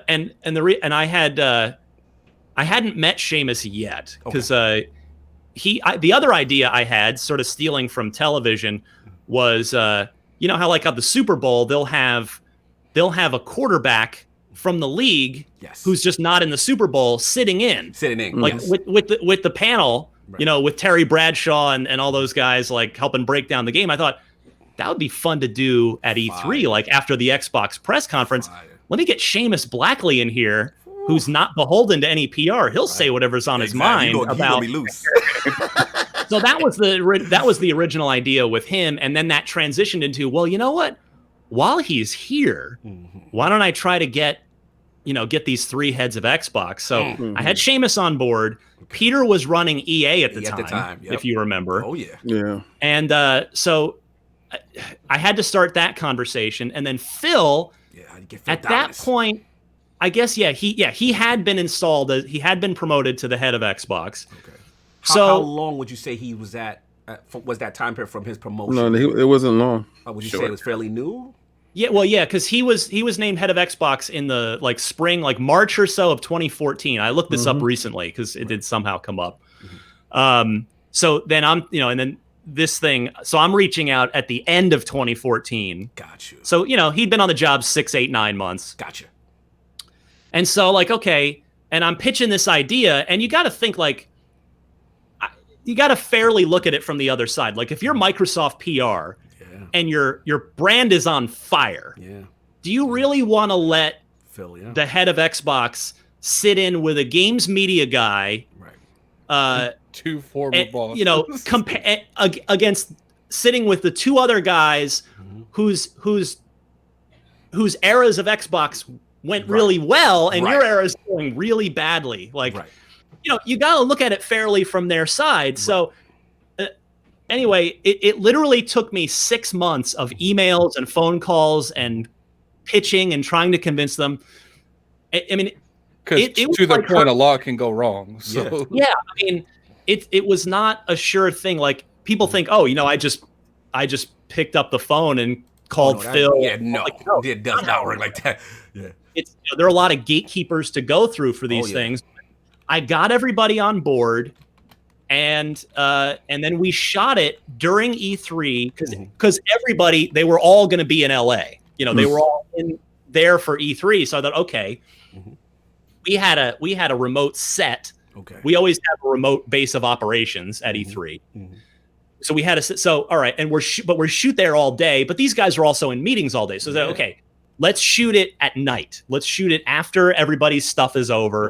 So it was like 7 o'clock at night or something. And so we all meet up there, and I had obviously spent months preparing questions. Like I had done the work to get ready for that. And I had literally, if you watch the interview on video, you'll see I have I'm like a real newscaster. I have pages and pages of stuff. I see you. He was working. And it was okay if the conversation goes this way, I can go here, or I kind of had mapped it out like.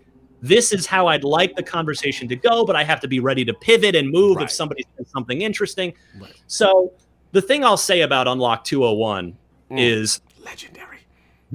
Thank you, but I'll say. I'm sure that was stressful, man. No, it actually wasn't. It's funny. I was a little nervous before it started, but this is gonna sound egotistical, but I promise I don't mean it this way. Talk your talk, right? Is 20 minutes into it, I like literally I knew I was like, this is gold. Like this is the greatest thing ever. Because you're seeing your work come together.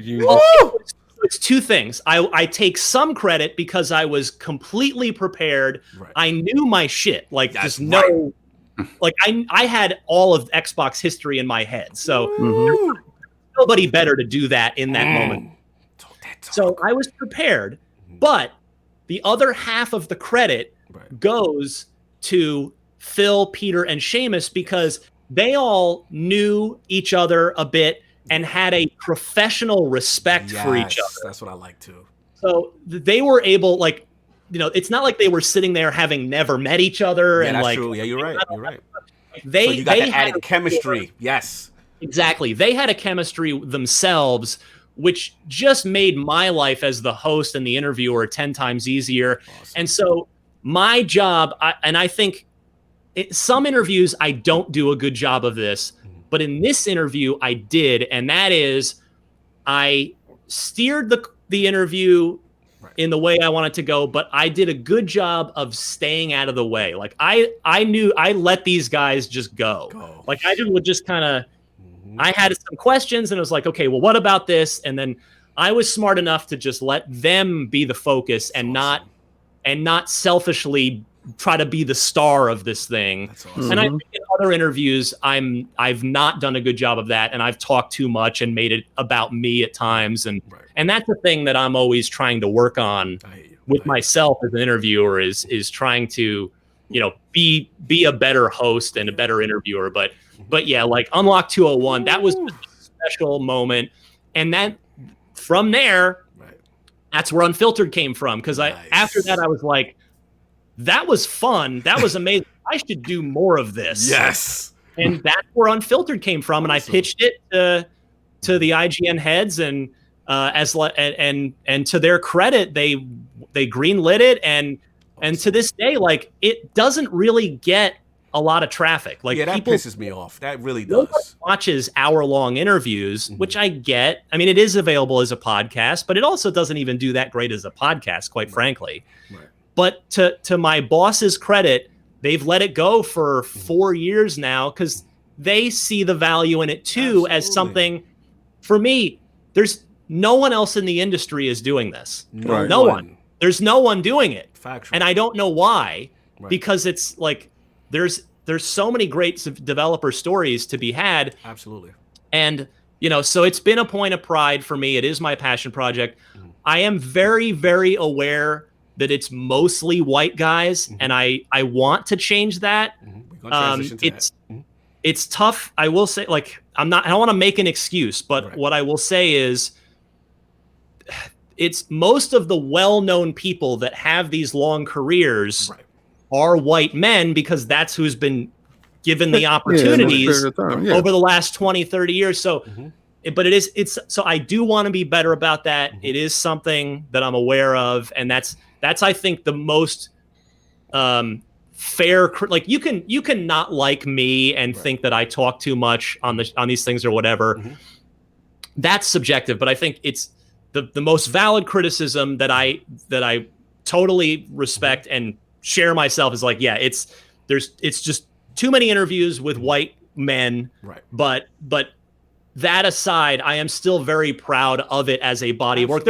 I've got like 52 episodes of it now. So there's like that's like 52 plus hours of deep dive career stories with people.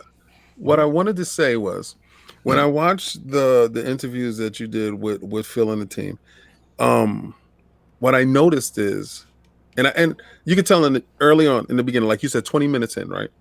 As a ex-fighter, you did the road work. Yes. You ate right. You did all that stuff. You were prepared. And then you hit your Ali moment. I call it an Ali moment, where you get into the zone. And you got into the zone.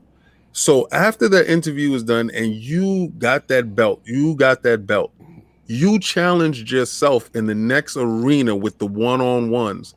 And I think that is phenomenal.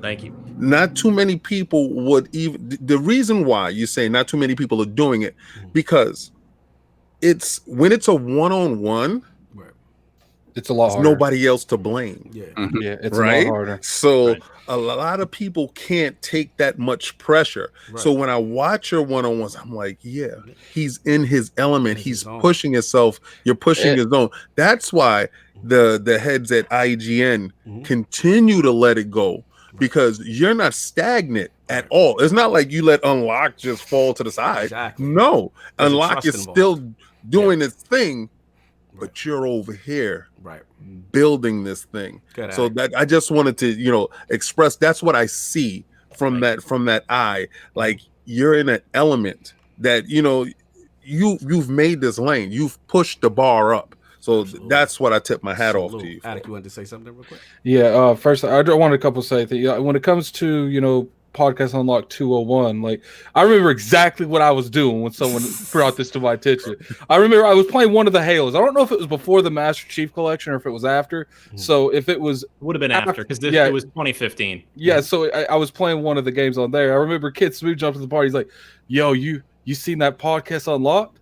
I was like, no. I was like, what's going on? He's like, dude, he had Phil Spencer and Peter Moore. He didn't tell me the other person, but at that time I didn't know it was the other person. But he was like, respect to Seamus. Yes. Yeah, he was like, he had Peter Moore and Phil Spencer. I was like, he had both of them on one show. He's like, yeah, man, I ain't never left, because at the time I didn't have like a setup or anything like that. I ain't never brought my phone up so fast. I was like, I want to watch this, and I remember watching that. I remember like. There's certain moments when you watch something that you was like, it depends on, how like when you see something on Twitter and people keep bringing it up, you're like, oh, this is getting traction. Like, I remember people hitting me up that they did not even like Xbox. It's like, did you watch that Ryan McCaffrey with the three heads of Xbox? Yeah. Like, I remember thinking, I was like, that's a really good look. And when it comes to, why you don't think people really get into the unfilters, I think it probably has a lot to do with, it's like King said, when it comes to one-on-ones, that's a lot harder format to make, because you can't, because I'm like the one kind of person that likes to bounce off people. So it's hard with just one other person, because you ain't bouncing off someone else. Like, so, and I think a lot of it has to do with, like, people aren't as patient as you are too. So like you said earlier, these PR teams, sometimes you have to wine and dine them. Like, well, at the end of the day, not to cut you out, just that there's a trust involved, right? Because we have IGN that has to trust Ryan, that the platform that he's doing, right? And then the people involved, right? Like he said, with Phil bringing him in at that time, right? They've got to protect Phil, Microsoft PR and stuff like that. So there's a lot of trust involved on all sides. And then when it goes off successfully, that then opens the door. Okay, you know what? We can then have we have now stamped Ryan, right? We know he's going to ask questions, but he's also going to be respectful. He's going to protect some guys in some respect, and it's never going to divert into this all negative connotation kind of a deal. So that's what's against off. You want to say something?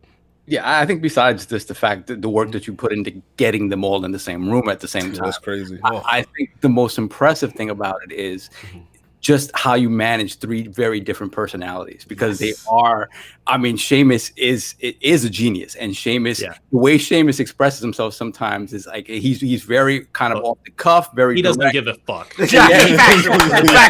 Factual. He doesn't. And then you have Peter that's a showman. Like, in everything he does, he's very much a showman. And then you have Phil, who's more subdued. And to have all of these guys in the same, that is crazy different personalities. There's so many different personalities, and be able to juggle them and to be able to sort of extract from them what they love most about their era is something that not everyone can do. It takes somebody that can take the reins and sort of direct the conversation, and at the same time know when to let them go and to let them just say what they need to say. And it's not an easy thing to do, and that's why, honestly, I do think that it continues. For me, I love Unfiltered, because I am that guy, and these guys as well. Like, I'm that guy who I want gamers today, the younger generation, to really understand where all this comes from. A lot of times, the younger generation, just they want the games, they want to play the games, they want to talk about the games, but they don't take enough time to understand what's behind them. Right. And I think as I've gotten older, I've cared more about that, because you do realize these are human beings making these games, and there are a lot of interesting stories that come from making these games that a lot of people just don't care to listen to.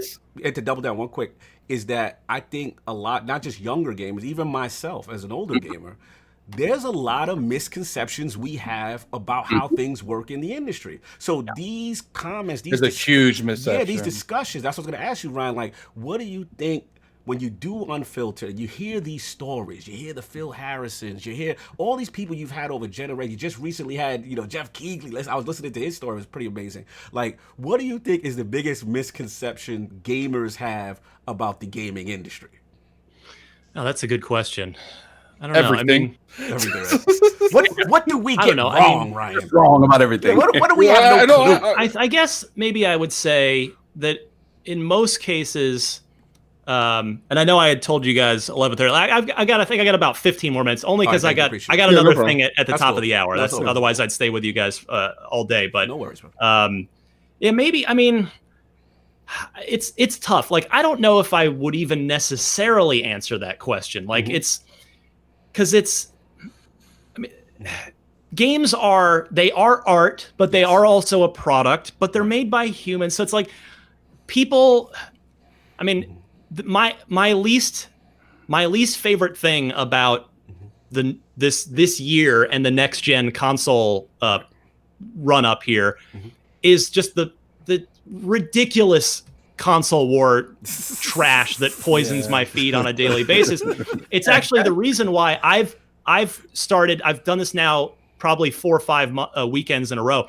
I'm just staying off of Twitter on the weekends, because with work from home. Seeing your tweet, I'd be feeling bad. I'm like, man, they get my boy Ryan again. I mean, I'm plugged in all day every day with the work from home. And let me pause for a quick second and say, I'm very grateful to be able to work from home, and I can continue to support my family. Absolutely. So I don't want to make it seem like I'm, up on some pedestal or anything like that. But yeah, I mean, like, I've been taking Twitter breaks on the weekends, which has been really mentally beneficial for me, because it's training. It's fair. Like, games are products, and it's fair for people to criticize them as, like, all right, hey, I paid $60 for this. I'm expecting X, Y, and Z. Right. But to answer the question about Unfiltered and misconceptions, it's I think maybe a lot of people might feel, again, I don't want to blanket statement this, but it seems like a lot of people out there, vocal ones anyway, seem to feel like that developers are intentionally not trying their hardest, or intentionally being grubby with money and putting in microtransactions or this or that. And it's like, most of the time, the developers that I'm talking to, they care every bit as much as you or I care, and usually a heck of a lot more. And they want to make the best art that they can. But there are just so many other factors and forces that cause games to either not be as good as you want them to be, or to be buggy, or to have micro transaction things that you might not be a fan of. There are so many. I guess that's just that there are a lot of factors that go into a game. Got it. That, again, I'm not defending those gross practices. Like, there are things that, there are just things that are just garbage that should not, that are gross and that deserve to be called out and criticized. But as far as when I sit down with these developers, they are people. First of all, they are people. They don't want to read. They don't want to spend 4 years on a game and then go on social media and see everybody just calling it the worst thing of all time. I feel for these people. It's like, I mean, let's real quick as a quick aside, let's look at Halo Infinite real fast. Does it deserve the criticism it's been getting? Yes.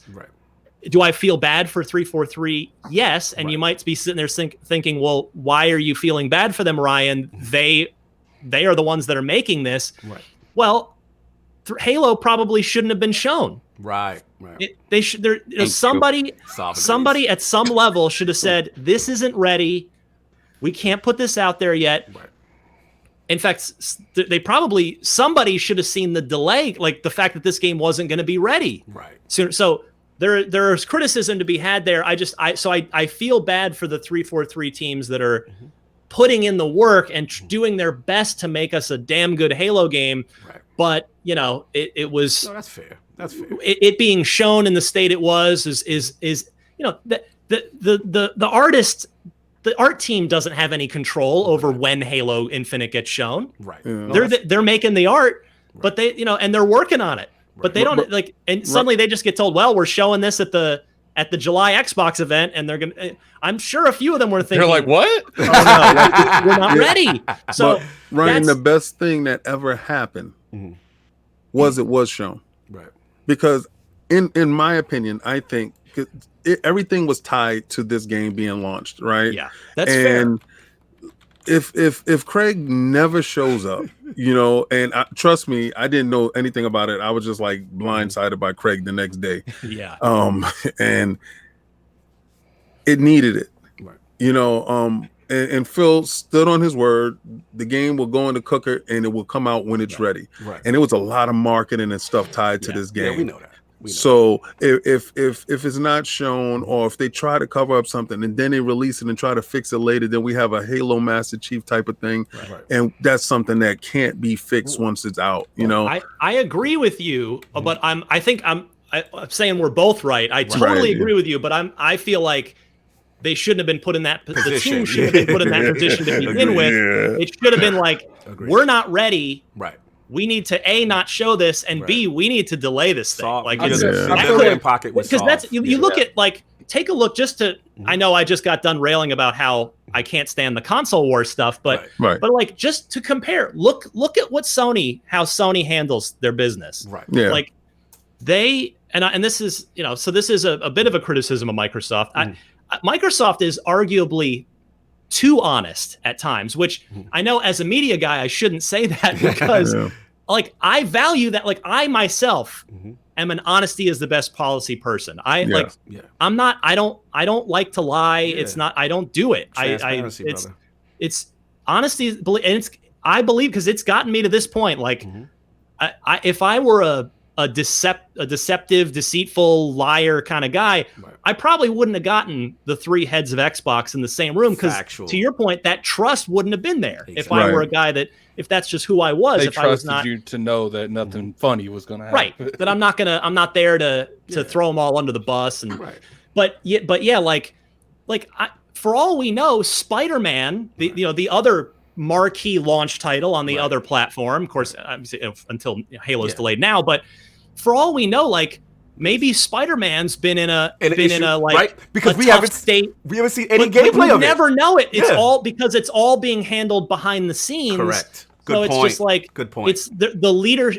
There are, whether it's Insomniac or up higher at Sony, and you just The Last of Us 2 went through some of this stuff, but that wasn't really. That was more just about. That was kind of a leak. That wasn't really Whereas Microsoft has been stepping on the rake voluntarily. Oh, look, there's a rake. I should probably avoid that rake. Otherwise it's going to hit me in the face. You know what? I think I can make it through, and I'm going to avoid it. Bam! Rake in the face. What comparison I made was carrying the rock that you throw in front of yourself and trip on. Like you're actually walking with the rock, and it's like you trying to get some insurance fraud. Just throws the rock and just trips on it. When it comes to the whole Twitter thing, and I've always have, I've been in other podcasts, been very vocal. It's look, you can criticize while being respectful. Absolutely. That's the thing. And people that tell me they can't, they lying because I know you can't. Because I'm one of the most foul people ever. I mean, that's my job, right? And I get, I feel like I'm pretty good at my job in that. Yes. I get people that say, you're an Xbox fanboy. You're paid off by Microsoft, blah blah. But then all your Teslas come there. I get plenty of other people that are like, you hate Xbox. Yes, you're a paid Sony shill. It's well, that tells me that I'm right where I need to be. Factual. Because I have, and I mean, I'm doing it on this show. I'm constructively criticizing Microsoft. Exactly. I do that all the time on Unlocked because guess what? as you guys well know, because you're addressing this very thing. It's like, if you just endlessly praise, if you go full fanboy and you just say everything this plastic toy manufacturer does is amazing, and I pledge my undying fealty to them to go with the full Iron Lord bending the theme knee. here. I'm gonna give you the bending the knee. if you do that, guess what? They will, first of all, your word will become useless because you will never criticize them, and two, they'll never get better when they do screw up because all they hear is, well, our fans love everything we're doing. We're just going to keep doing it. And you know, so Ryan, it's a balance. No, absolutely. That's one of the things. Not to cut you out. Yeah, we got to get his question. Because he's about to be gone, so we got to get those. Yeah, like I got about 5 minutes. Yeah, we got the last question, and we got to do the classic top 5 with you. But the last question, look, at the end of the day, first of all, that was amazing what you said.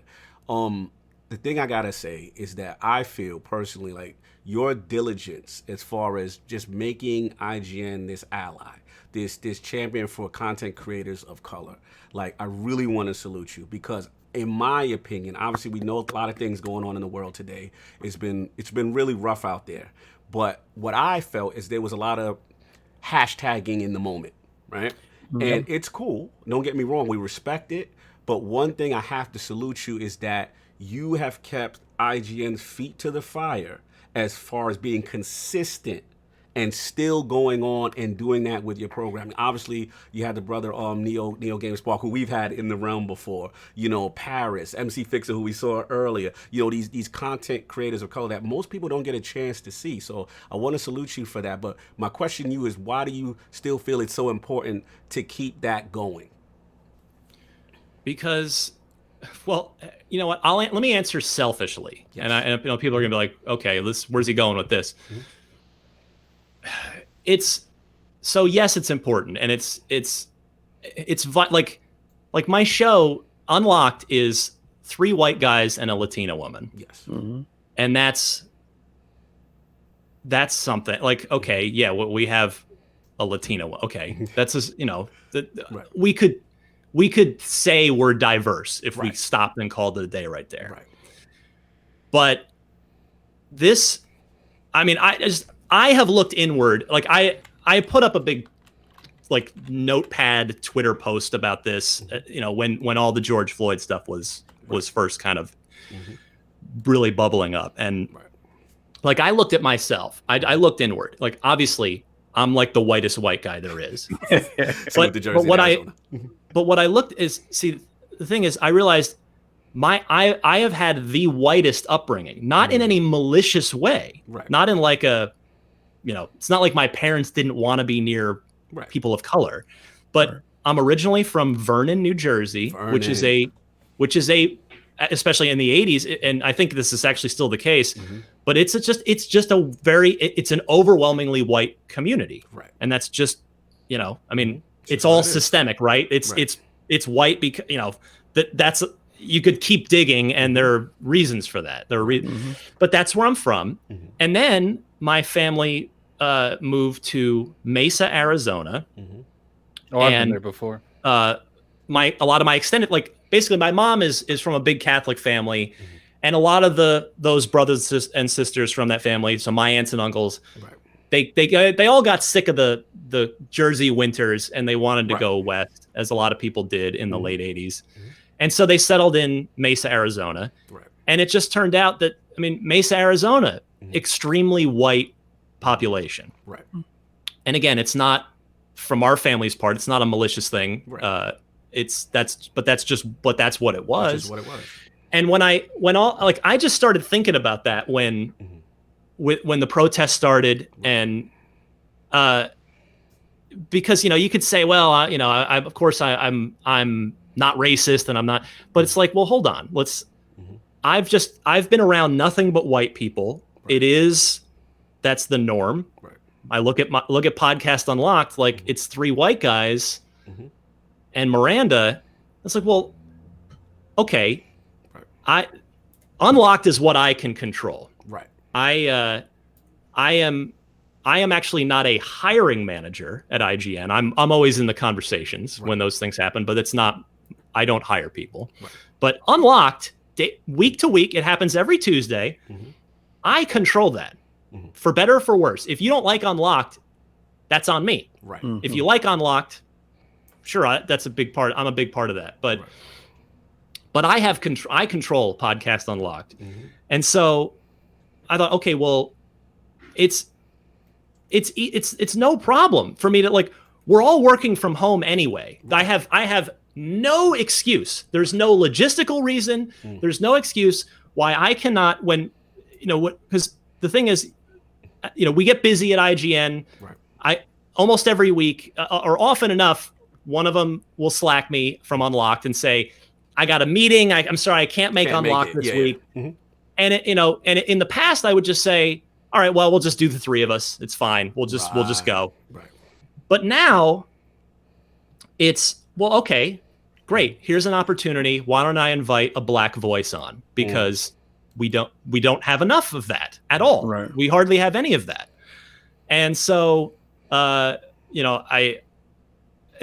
where it started. And it is important that it's not a like, just because June ended, right, doesn't mean that should stop. Like, we're still working from home. I still have no excuse. And here's where I'm coming back around before I duck out here to the selfish part. Right. The selfish reason why I want to keep it going. Right. And I don't want this to sound like I'm being selfish. Like, I want to do it for the right reasons. And I hope that my actions are showing that I'm doing it for the right reasons. Absolutely. And but what I have realized as the longer this has gone on, whatever you learned, is that Unlocked is actually better because of your voices. It's better. The show is better. It's, when we have Paris on, when we have you on, when we have Neo GameSpark on, and MC Fixer and Cicero Holmes and all these guys, when we have these people on, like, they just have a complete, like, I don't work with them. And so, like, they've just got their own, not only their own life story, but just their own, like, I don't work with them every day. They're not seeing all the same stuff I see. Right. They just have a unique perspective. And I'm not just talking about the black perspective, although that's vital as well. Right. It's just their own, their life, their gaming perspective, and where they live, and who their friends are, and what they're playing. And that, I have just had so much fun. And I think Unlocked has been so much better because of those perspectives and because of those voices. But yeah, so it's awesome. That's the selfish reason. But yes, it is also important as a person who has looked inward and seen that I've been surrounded by nothing but white people my whole life, that's not good. Right. That's not, it's not maliciously bad. I'm not saying I hate white people. I'm not saying anything like that, but I have not had the perspective that I need to have. Like, I want to hear from the black community. I want to learn from that. And we should, like, if we all did that, if we all learned from the black community and the Latino community and the Asian American community, like, we'd all be better off if we just talk to each other and understood each other better. Absolutely. And I know that's like sounds like a cheesy bumper sticker thing to say, but no, I don't know. It's just, that's me looking inward and just saying, I want to be better. You're doing it, and I salute you. Thank you so much. I do Ryan, being another fellow white person, like, I respect you a lot. No. See, look, you guys taking it. I respect you a lot because the racist white people are the vocal ones, and I like seeing other white people that break that vocal, that they're vocal for good reasons, not bad reasons. Because when I get on Twitter and I see all this racist stuff going on Twitter, I'm like, man, another person making my whole race look bad. Right. But then you got, on the opposite spectrum, you got inviting people on your platform, getting more of a diverse audience. You're bringing in people, giving them a voice. You're showing people, and you're giving people exposure. And I have to respect that because one of the things that IOP was built on is we want to build a platform to help small studios give them voices, to help smaller content creators give them voices. And I like someone from IGN, arguably the most popular gaming division out there, that you're giving other people a platform, and I really respect that. Absolutely. And then the final point, because I know you got to go. But at the end of the day, you know, what I respect about it, and what I respect about what you're doing and what we're trying to do as far as our platform is, we want to get different voices. If you listen to the same thing or you surround yourself around the same people all the time, how can you learn? How can you improve, right? And one of those things which is really cool is listening, whether it be ethnicity, religion, sexuality, politics. None of that doesn't matter. At the end of the day, we're all gamers. We do have this common bond that we share. That is what should be most important, right? And again, I gotta commend you because I love what you're doing. I love to see the different people I'm learning about, you know, that I didn't even know. You know what I mean? Also, our female content creators, things of that nature. We all can improve. It's very important. I gotta salute you on that. We gotta get you out of here because I know it's been crazy. You gotta let him go. But let's get his top. Let's get his top five. You gotta give him the classic top five. Go. Then he's on. Then he's out. Yes. All right. So classic. We asked this for all around. All right. I need Lord Ryan's. You kind of gave us a preview. Top 5 video games or franchises of all time. All right. Yeah, this is a tough one because, you know, when you've been gaming your whole life, like a lot of us have, it's a long list. But I mean, Super Mario Brothers, but not one. Hold on. 3. Mario Brother. I'm a 3 guy. 3 over. I'm a 3 over world. Okay, I respect Super Mario World, but I'm a 3 guy. 3 was 3 was just incredible. Super Mario Brothers 3, Doom. And I'm talking 1993, not 2016. Although I love 2016. Right. Halo 2. My man. Again, love Halo 1. Many great memories in the OXM office. Blood Gulch. Capture the Flag. But what? Again, I told you earlier, if I could go back in time to the Halo 2 era. In that moment, it changed the game, brother. Continue. All right. Diablo 2, I said also earlier in the interview. It's cool. Unbelievable. I mean, I would do LAN parties with my buddies and stay up all night playing Diablo 2. So many great memories of that game. And gosh, it's tough to pick a 5th. Leisure Shoot Larry? No, just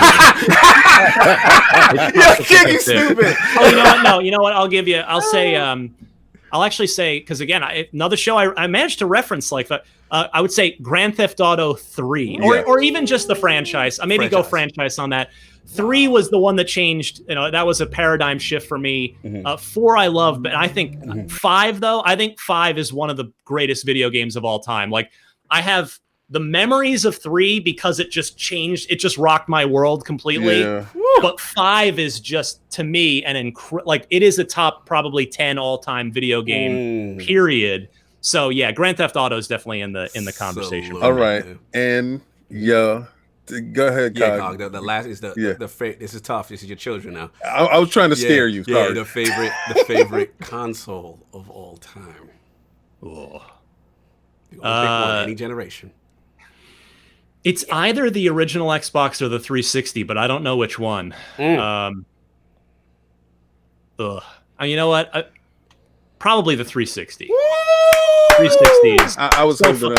Rock Band, Mass Effect, Halo, BioShock, Dead Rising. The list goes on and on and on with the 360. Absolutely, Lord Ryan, an absolute pleasure to have you in the realm of the Lord. And honor. I know you went OT. You got a lot of stuff. Please, if they don't know, they got to know now. Where can the fine people find you in the realm, and what else do you have going on? If you're interested in following me on Twitter, it's at DMC_Ryan. That's because it's not Devil May Cry. It's because I used to own a DeLorean. My dream car as a kid. That's another story that we didn't have time for. But DMC_Ryan. Yeah, and then show-wise, it's Unlocked every Tuesday. Usually it's late Tuesday by the time it posts. So maybe you catch it Wednesday morning. There's Unfiltered every month or so. And then on my passion project on the side, I'm a big Tesla guy. I do a weekly Tesla podcast called Ride the Lightning. And I did a 1 hour talking about big interviews. I got to interview Elon Musk for an hour. Wow. Like the New York Times can't even say that. Wow. I got Elon for an hour. So if you're curious what the heck that's like, that was episode 200, which was an awesome coincidence. Oh, that's awesome, brother. Thank you so much for spending time Definitely, with it, bro. Ryan. Thanks for having me, guys. It's been an honor you being on the show, especially watching you for so many years. Being on the show, never would have thought we would ever have you on the show. You made our bucket list. Cognito hit me up, was like, he's like, guess who might come on? It's like, who, Ryan? I was like, no, you lying. You lying. Why are you playing with me like that? But Brian, like I said, pleasure. You're always welcome in the land of the realm of the Lords. You already know that, man. Enjoy your Sunday, brother. Thank you so much. I appreciate it. Really Gentlemen, thank you so much. Have a good one. Have a good one. You have a nice day. All right, bye-bye, guys. All right, no doubt. So, yeah, we have like an absurd amount. Yeah, we got to get all the super chats. Absurd amount. Like I said, I'm prepared today. So before I get into the super chats, a few things. First, apologies to the guys in the chat who had direct questions for Ryan. We had to sort of just let it keep going because if we kept stopping to do super chats, we weren't going to be able to. We were on a super time limited schedule with him. Exactly. And he was kind enough to stay longer. He actually stood. Yeah. He stayed almost 30 minutes longer than he said he could stay. And that was beautiful. Thank you so much. And then point number 2. Anybody who thinks they can jump into our chat and say negative things and say you're getting sniped. You're getting sniped. And if you feel the need to have to pay a super chat to say what you want to say, that's getting sniped. Thank you for your donation. Yeah, but thank you. But we getting you up out of here. Yeah, we getting you up out of here. But thank you though. Thank you, Solve being messy. Thank you for the super chat. We're not reading it, but thank you. No, you're right. At the end of the day, like I said, you have to understand one thing. Not for nothing, he's trying his best. Exactly. So if you feel he's right or he's wrong, he's trying his best. Right. And you take your fanboy stuff to the side, just throw it to the bushes. It's like I always say, people fanboy stuff is one thing. This is just people just being rude for the it's like I've always said, I got into some discussions a couple like 2 or 3 days ago about Ryan. It's like, look, like at the end of the day, you can feel how you want to feel by Ryan, but he's a human being, and he's got the right to have different thought process than you guys do. Right. So, and the main thing is like we always said, we got to be respectful, y'all. Yeah, you can criticize without being disrespectful. Once you cross the line and I see racist comments and all that, then they're gonna get you up out of here. But you just get these super chats and people in the chat. I saw you guys being messy. Addict saying, as a fellow white dude. Yeah, kind of funny. I wanted to go on. It was like thinking about it now. It was kind of hilarious. I could have said something different, but I wasn't meaning it like I was being racist. From the white delegation. Oh, come on. We just laughed because of the way. What else? How am I supposed to address it? It sounds like you're wearing a members only jacket. Yo, son, get the super chats, man. Let's catch up. So before the super chats, let's welcome Lord Matt Burns to the Matt Burns, catch us live. He rarely catches us live. He rarely catches us live. So put the crust in the chat. Thank you, Lord Burns, for joining the realm. Put the horns in. Let me so this one just popped up. I'll read it first. Yeah. Gamer by Choice with the $20 super chat. Salute to the Lords for always having great shows and awesome guests. You are worthy of our respect. Thank you. Thank you so much. Now let me get into this very long list. Let's go. Spider-Man. Speederman with the $5 super chat. Podcast Unlocked was the first podcast I ever listened to. Thanks to Ryan, I watch every week. If you ever leave IGN, will you still do a gaming podcast? Unfortunately, we weren't able to ask him that. If anything, we will try to get a lot of these messages to Ryan just to show him the love that people showing him in the chat. All right. So next up we have Perfect Shogun with the $5 super chat. Everybody go unlock that like button. Welcome to the realm, Ryan. Salute. Thank you for your consistent work at IGN and for amplifying Black creators. Absolutely. Then we have Midway Monster with the $2 super chat. So I guess this is in regards to getting the 3 heads of Xbox in the room. He said Donnie D or Donnie M. I saw that question. I wanted to ask him, but he was in his bag. Because I was like, Donnie, that chick didn't get that invite. I wanted to. We just didn't have time. He was rolling. That would have been a funny story. That would have been Then we have Jonathan B with the $2 super chat. Talk that talk, Lord Ryan. # on God and them. Yes. Then we have Lord Brat with the $2 super chat. Ryan, love the work you're doing. Salute. And we have our brother 108 Dragons TV with the $5 super chat. What's up, Lords? I enjoy this podcast just as much as I enjoy watching Power. Good to see my That's guys I don't doing know a great about that, thing. man. Go I don't know smoke about that. Power's pretty lit, man. I don't know about that. You could go on the set if you want, Tommy. Oh my god, man. We really good being there, man. We be a message. We be a message.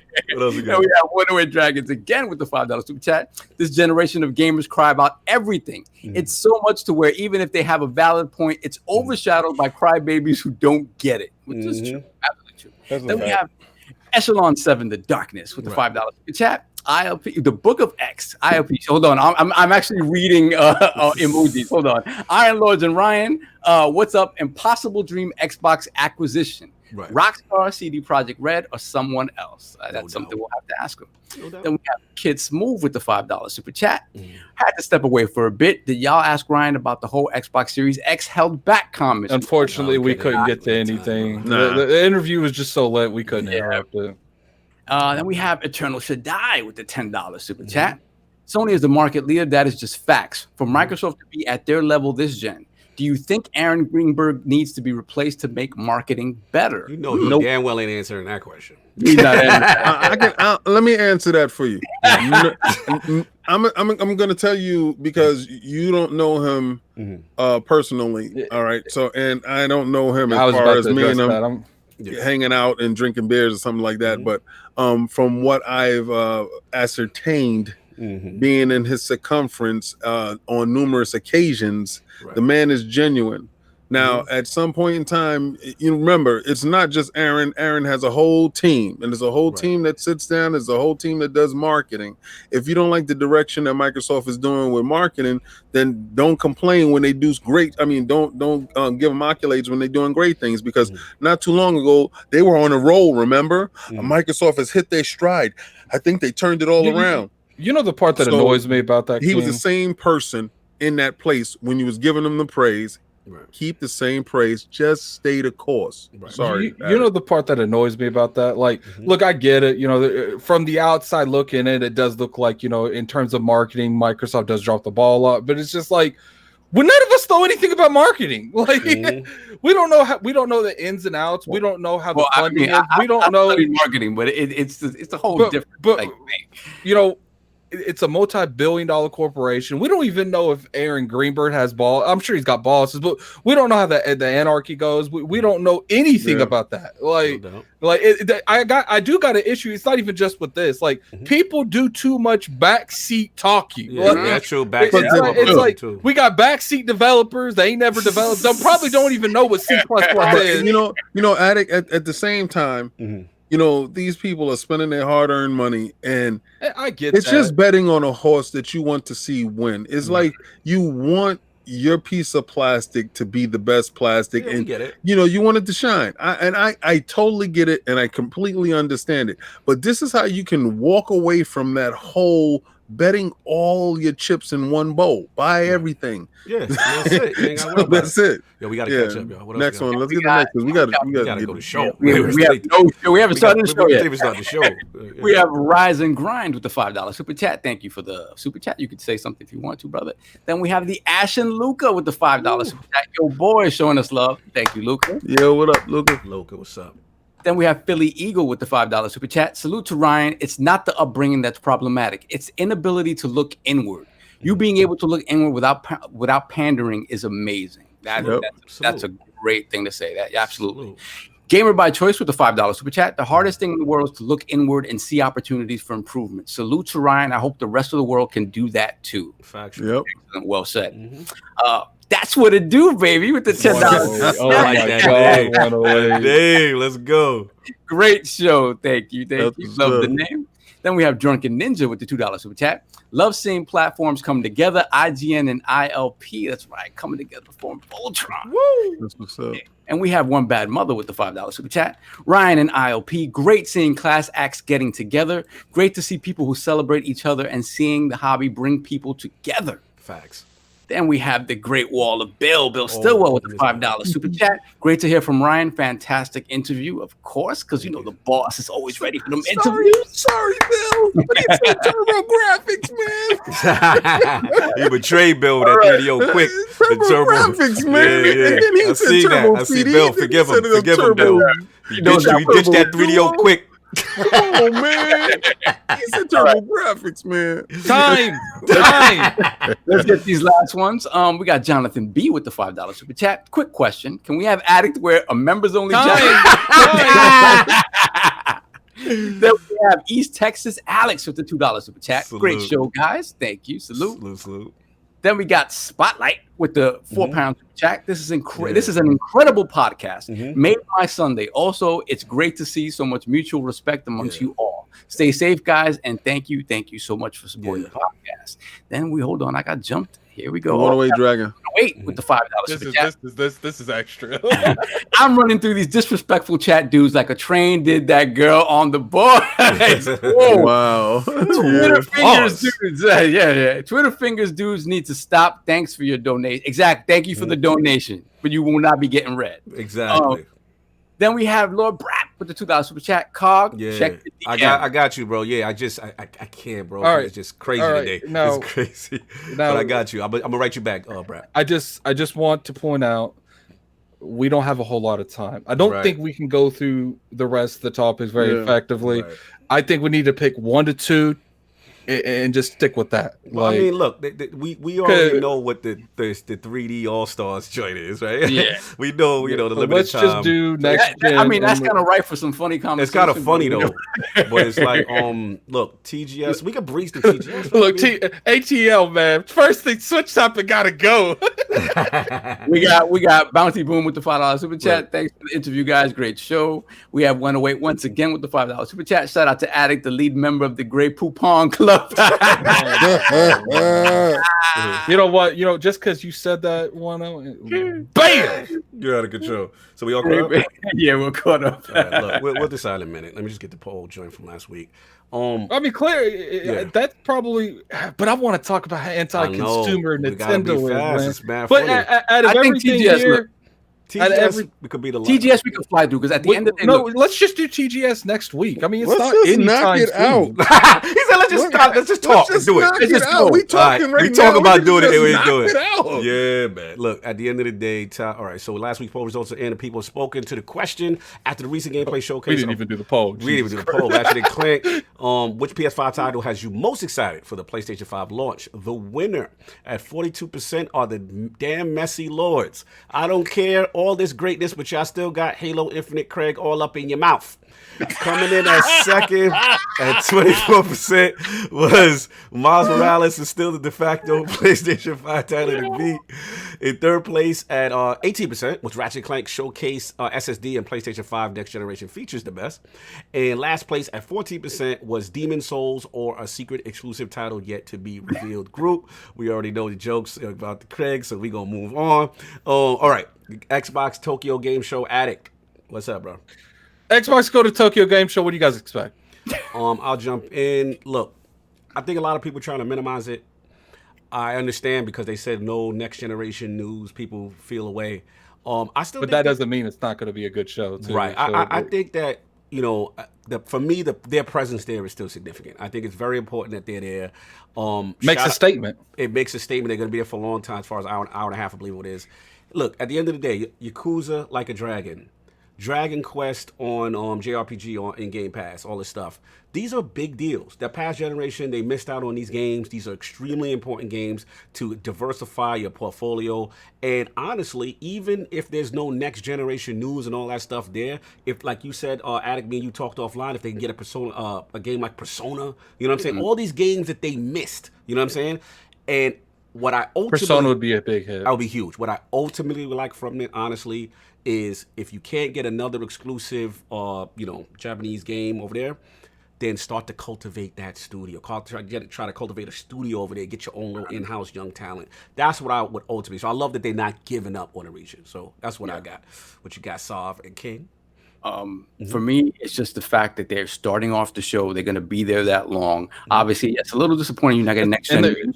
But the fact, to me, what they need to focus on is, like Cog said, bringing these other franchises that they haven't brought to Game Pass yet into Game Pass, making the Japanese version of Game Pass appealing to that market. Right. And I also think, again, it is a pipe dream to think that console per se is ever going to be successful there. They need to push xCloud. big time. Yes, to me, good that point. is how you get that Japanese market to even look that way, is if you give them something compelling in terms of xCloud, in terms of packaging or whatever the case may be, any deals they might have with phone makers over there, whatever they can do to make that something special for that market and focus on that portability, I think they need to do. Let me get this $5 super chat real quick. Oh my god! Oh, geez, man, let me scroll up. We got a $5 super chat from JD Gamer. Is it possible that Microsoft will reveal a new Japanese studio acquisition? After all, that's for next gen stuff. And what if it's From Software level 5? Man, JD Gamer. If it's From Software, you're gonna want to bail me on Twitter because I'm going to be so messy that people are blocking me. Ridiculous. Anyway, we have scrolling down with the $5 super chat. Cox sounded like a rep for Wu-Tang Financial with the diversify your bonds. Wu-Tang Financial, you stupid.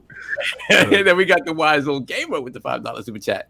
They said no new next gen info. That doesn't mean they couldn't announce something next gen before the show. True. Then during the show, it would not be new.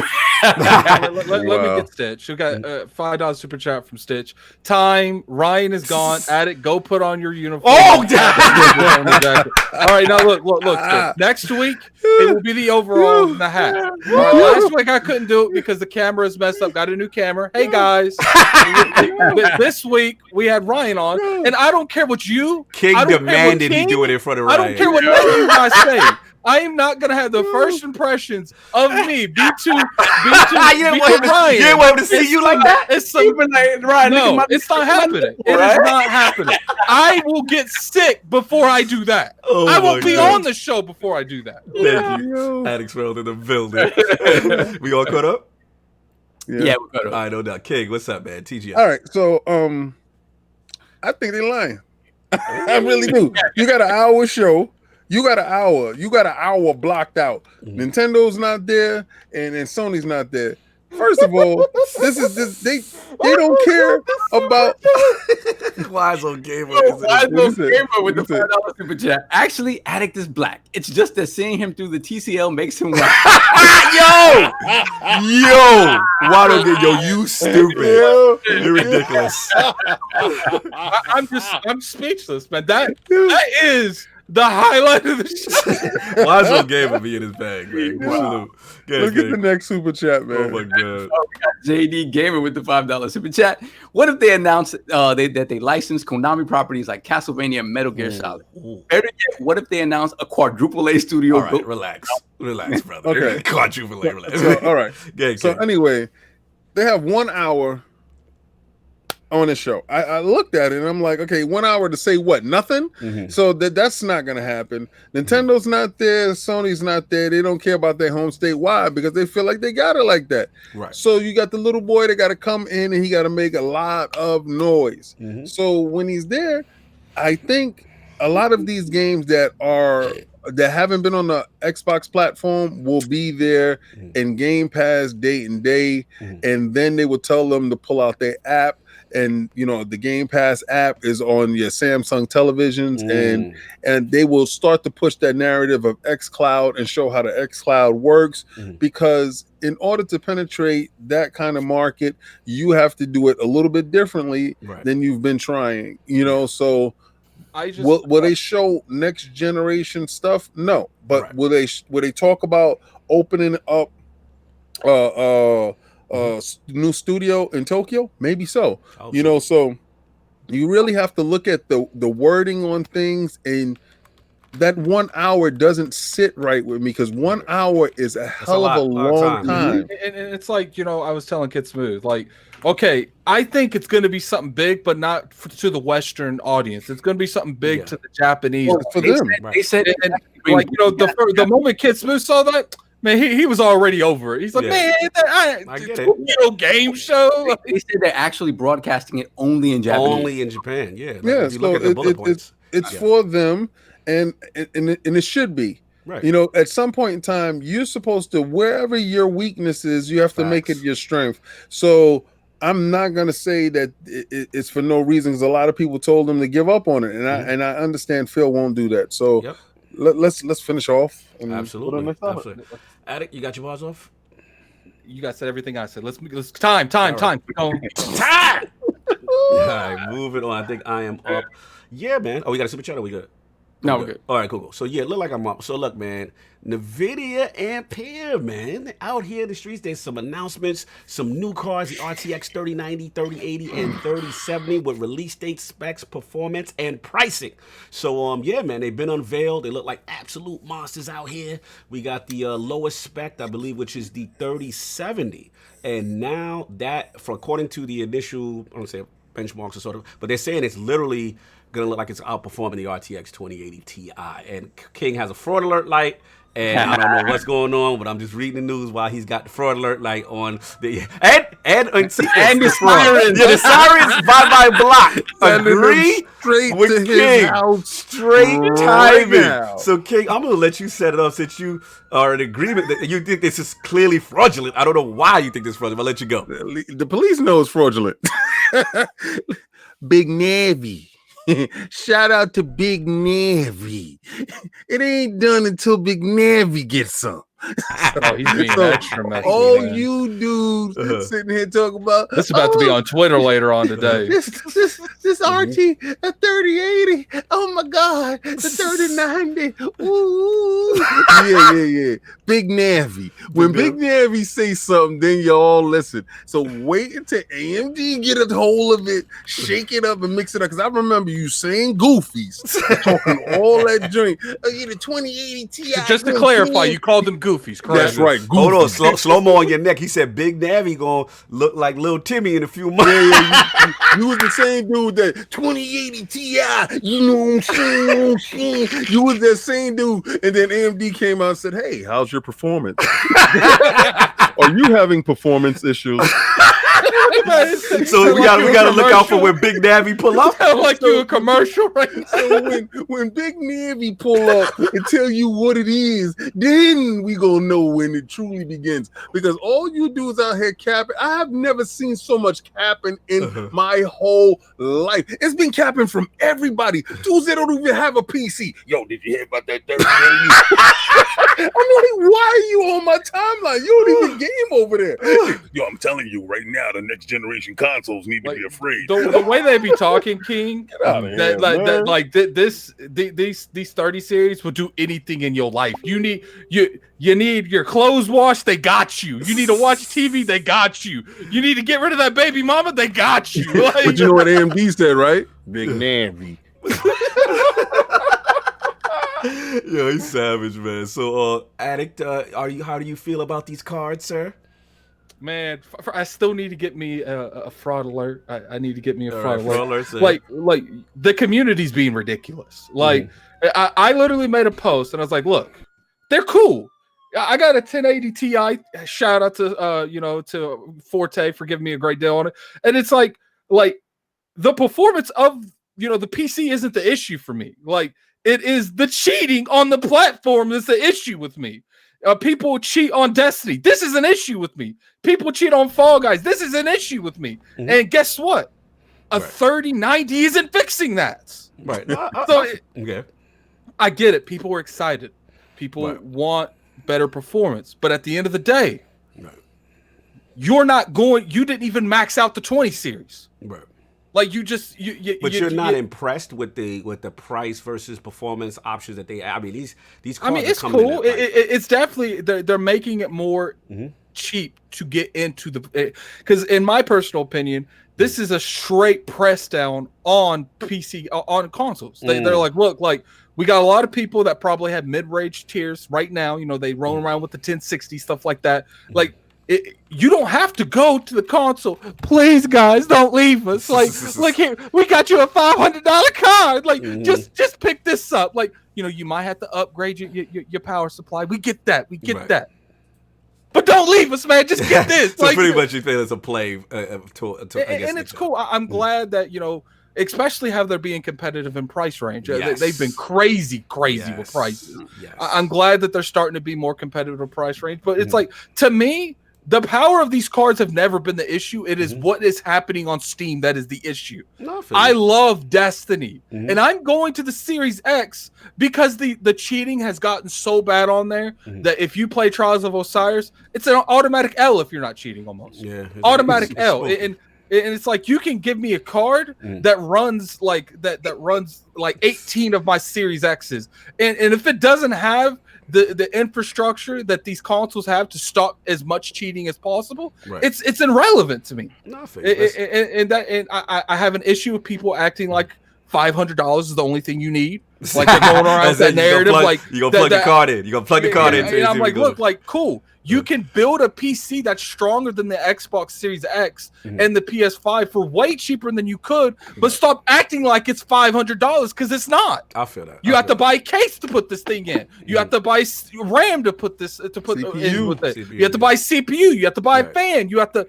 SSD, a motherboard, like an SSD. Are you gonna tell me people gonna roll around with mechanical drives? Right. Is that where we're going? You have to match spec for that power supply, from my understanding. And then when I point that out, people call me out saying that I'm trying to convince people not to get not to build a PC. Shout out to Erica. Ain't nothing against Erica, but you know she did that, and I know it was going to get back to her. That's why I wanted to make sure there's no beef. Oh, we like Lady Erica. It's just like look, like $2,000. If people assumed I was saying that, no, that is not what I. You just corrected what you said. Okay, you clarified. It's like I was not trying to act like, yo, don't build a PC. I was saying I was trying to keep people informed. Yo, you need more than just that. No, I feel that. I feel. Let me get stitched real quick. $2 super chat. Can those cards make the TCLs any better? Thank you for being messy. Lord Solve your feelings. AMP is out here moving and shaking, brother. You know how I feel. Like when I saw that, I've been saying for a while that I haven't built a tower in a while, and I think it's about that time. So PC Master Race talk. You gotta get that 3090, man. You don't even need guns anymore. You just get that 3090 and you can beat people to death with it. But no, I mean, what's most impressive about this, right? A lot of people were underwhelmed with the 20 series because what we got there was the introduction of individual hardware for ray tracing and the deep learning. I hate to cut you, but Lady Erica, she said here, we gotta clarify because we don't do beef in the realm. She said, Lady Erica, no, there's no beef. This like, man, I've already talked to her about it. I'm instigating. Shut up. This addict, shut up. This man addict took my words as I singled them out. Excuse me. Look. All I know, Erica, is when I was watching your stream, you brought up my name a lot. But that's just me, you know. Like to me, you got to like look. I know Erica. Like, there's one thing I've always said about Erica. Erica say the most slimiest stuff known to man. Language. Wow. And I wouldn't take it offense because I know Erica at the core is a very peaceful woman, and she's not trying to go out and hit anybody. That's the homie. Salute. Let's get these super chats. Super chats are hilarious. Did we get the TCL one? Did yes, those cards make the TCL any better? Yeah. Okay, so do we have One Away Dragons, the $5 super chat. The 3070 is the most important card because great performance at a decent price. Factual. More people can reach the goal, and that's what gamers should look at. Factual. That is true, especially for that price point. Yeah. Bill Stillwell with the $5 super chat for Bill Stillwell. Addict just fired up, going to sweat right through his members only jacket. You know what, yo? I think you guys were being messy with this members only jacket. You're not paying. You think? You think? You hear of the white delegation. You know what's so messed up? He don't even know what a members only jacket is. He's too young to know what it is. Oh my god! So finish up. So yeah, back to my point. Like to me, the price point is where they really sort of surprised me. And NVIDIA's never been known for giving you reasonable price points, even at the 3090 range. The 3090. Wow. Let me read this. Jonathan B. Addict basically said, "Watch how you speak on my name." He really got his members only on. Wow, you guys are blowing this out of proportion. I apologize for starting this Addict. Dizzy said the next emoji gotta be members only jacket. No, we won't do that. We ain't doing that. No. Graphic God, what up? No. See, you know what I'm doing right now? He's muted his mic. We got him. Good. All right, we got him out. So for me, even the 3090, there's never been a Titan level card released for any less than $2,000. Right. And you're talking $1,500. So even at that super high end, they're still coming in considerably lower. Why is your face in the camera like that. Continue, sir. Wow. So for me, it's kind of it's compelling. There's all this argument about the Xbox Series. Like, stop it. Like, they're two different. Honestly, they're completely different lanes. If you were somebody who also had a great PC and all you need to do is upgrade your GPU, then it might be a compelling argument, right? Over the next gen consoles. If not, stop it. You're just trolling. It's not a real argument that you're having. They're two different markets. Yeah, completely. The only choice. Look at Sid. Look at Sid being bougie. But Destiny Max out is 20 series. Shut up, Sid. I am excited because they've never come in at this type of price point, and this sort of power delta, like 80% increase over the top end right now is kind of bonkers. So he got the fraud alert. Saul's leaving us. King put the fraud alert. But King, why you got the fraud alert, King? The reason why I'm gonna say this, right? And I hear you. But let me finish. I just want to say one thing because I don't want to say nothing else on the topic. I love everything that you just said. AMD always comes in and slice their kneecaps off with the price. Always. So I don't care what their prices are. AMD is going to come in and slice the kneecaps off. Listen, I've read a few articles saying that AMD was blindsided by these prices. They were like, "What? Well, hold up." I do think that I do think this was a direct attack on consoles. I don't think this has nothing to do with AMD. But the question is, can AMD even compete with this level of performance? AMD performance not even close. AMD is Big Navy come through. AMD is too busy putting Intel out of business. They don't care about the graphics portion. So they with their CPUs, it's a different story. But I'll say this: I need to see what the 3090 does in performance in terms of 4K 120. You really considering getting this 3090? Yeah, I have not paying this guy no mind. I have not purchased. Let him get his bars off. Let me get my bars off. Why y'all pocket watching? Don't know about me. Yeah. Where's Cat Daddy when I need him? Yeah, they pocket watching that 3090, son. Get him some. I will say this, but if the performance is not at least 30% over the 3080 in 4K 120 and up, then I probably won't do the 3090. Okay. If it is, for me, there's a compelling argument. That's what I'm saying. Hold on, let's get Slow-Mo right quick. He PC Master Race is in the building. Slow-Mo with a side effect to the 3070 price is the used market. If a $500 3070 GPU is still too expensive for a PC gamer, you can get a used 2080 for $350 to $400. This eliminates the need to make further upgrades. Yes, because I'm coming for all y'all 2080s, or you know what I'm saying? Because I know y'all don't want them no more. So let me upgrade my 1070 to a 2080 since y'all don't like them no more. About these cards, it's not even the cards come out. It's how cheap I'm about to pick up. I'm about to eat right now. I'm like, whoa, let's go. What else we got? Then we got 108 with the $5 super chat. Most is going to run out and get these cards, and it's going to choke the budget PCs from Best Buy. And then they also have to get an HDMI 2.1 monitor. Yeah, you got to get the right monitor to be able to on see the monitor side. Actually, I pre-ordered. There is a company called Eve. Yeah.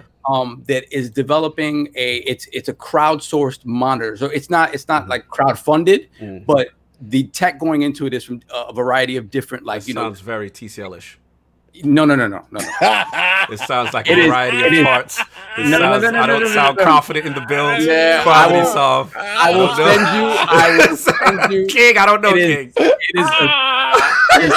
It is crowd funded by source. He said he got a group chat.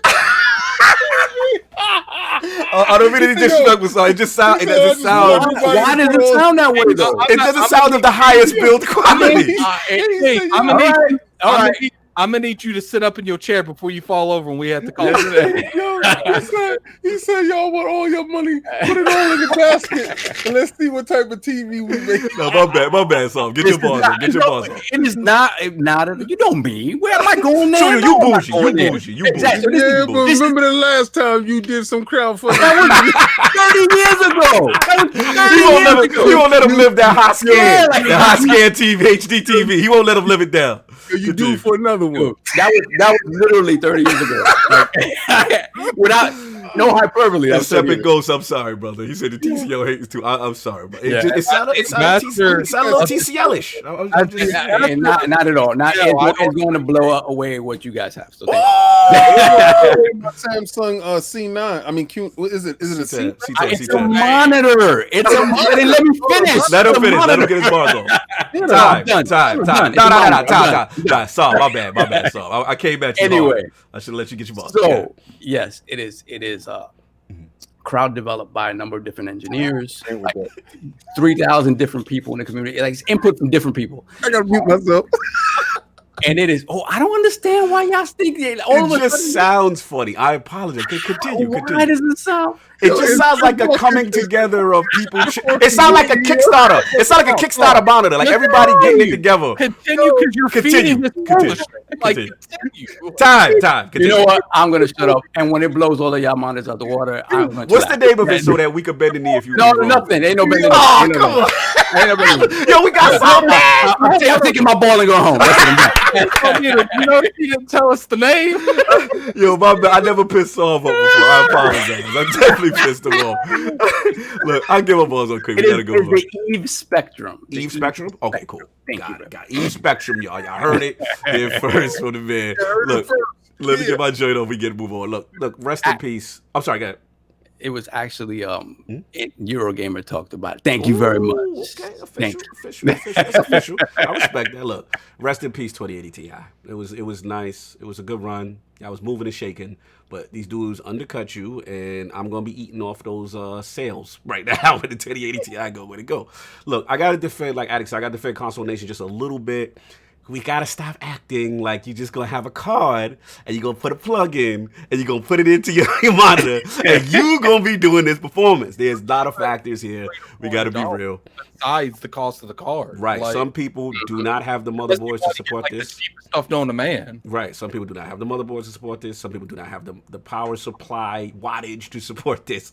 You know what I'm saying? And then also, I believe it's a PCIe 4. You know, if you want to maximize it to the fullest, you know what I mean? So for some people who are in position, right, they're just going to buy it. They'll be fine. But the majority, they're going to have to either upgrade their systems or buy new systems. And that's not going to be at the $500 price point. So we got to, get that out the way. But the value proposition is definitely good. I want to shout them out on that. At the end of the day, you get an absolute value. The 3070, slightly outperforming the 2080 Ti is a big deal. For that price is a big deal. And I do agree with Attic. I thought the timing of the card announcements was interesting. October, whatever, right before that November thing. And I feel I agree. I think that they want to keep. So this is my money. I think they want to keep people the people that have switched, because I think their gaming revenue is going up. And I think the people that have switched, they want to keep them in that ecosystem, because let's be real. Prior to this announcement, when the Series X and the PlayStation 5, we heard that performance, a 2080 Ti type performance and blah, and SSDs.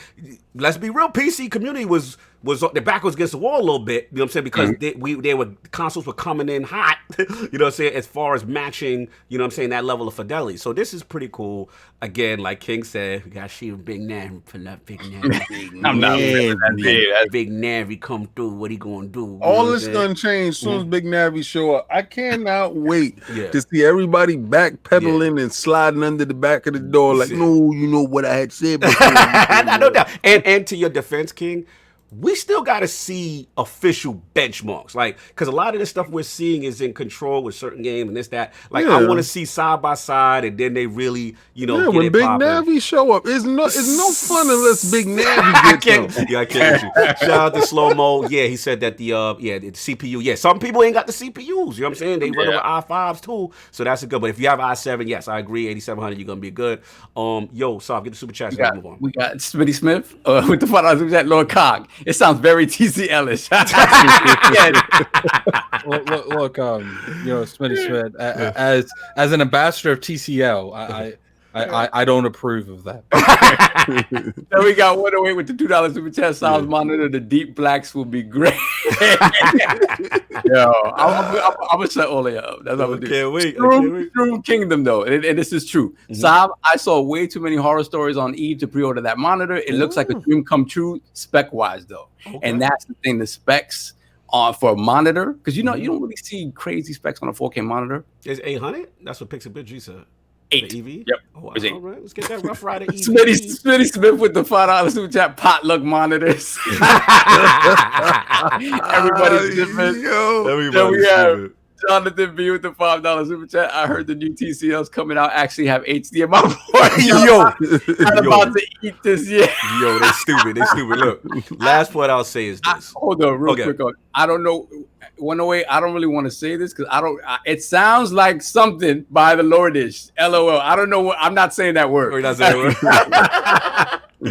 Then we have Stitch with the $2 super chat. Isn't Spectrum the TCLs of monitors? Oh no. Oh man, they going. And then we have J Force Games with the $2 super chat. 30 is greater than 12 teraflops. Wow, disrespectful. We caught? Yeah, we're done. All right, cool. And last point is, look, the $1 billion question I gotta ask is, do you think because of the NVIDIA joint dropping away, like, did that put pressure on? Well, put it this way. Do you think they had any anything to do with this price chicken? With maybe that Microsoft and Sony knew what NVIDIA might be doing? Maybe that part of the stay down game waiting for the cards to drop? Or they had nothing to do with it? I don't think that's going to do anything. So, man. Like, they really are different lanes. Like they really, unless you're somebody who also has a PC that you would only have to replace the GPU in, or you were just really ready like me to finally buy another tower after a long time. Like otherwise, it's not a conversation for you. It's not a real conversation for you. This doesn't affect anybody in console because the people that are going to go out and buy this day one, they decided that long before these specs even came out. We're talking about the cat daddies, the guys, the braps. When it comes to these type of movements, they're going to buy this. They can literally come out and they could say that the next Series X, we messed up. It's 30 teraflops. The PC people will be like, that's cute. I'm still buying a PC. I'm still going PC. Like, they don't care. They want the freedom of the platform, and that's what they care about. People want the freedom of an open platform on PC, but only get on Steam. But that's besides the point. Stop being messy. Anyway, so you gonna get that last one on. The Living Flame with the $2 super chat. NVIDIA basically just put their meat on the table. Oh, they did. The problem is they didn't put it on the table. The consoles are at the table. Yo, you stupid! Bravo, sir. Bravo, sir. That was late. That was bars. All right, so we got to move on. Final joint. Saul, you want to grab this one, man? What doing, bro? So Super Mario 3D All-Star, the 35th anniversary of Super Mario Brothers, and Nintendo. Look at Grandpa. Grandpa may not know a lot of things, right? Grandpa is not good at working with the internets. He's not good about that. Grandpa doesn't understand.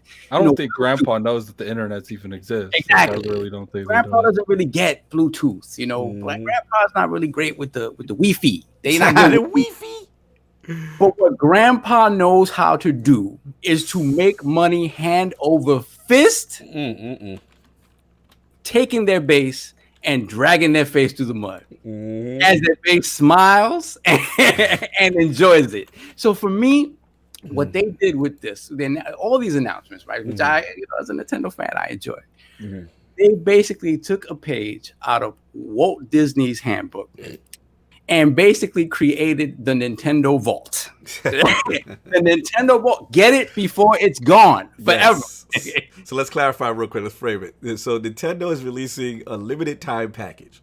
Super Mario 3D All-Stars arrives on September 18th for $60, but it'll only be available until approximately March 31st of 2021.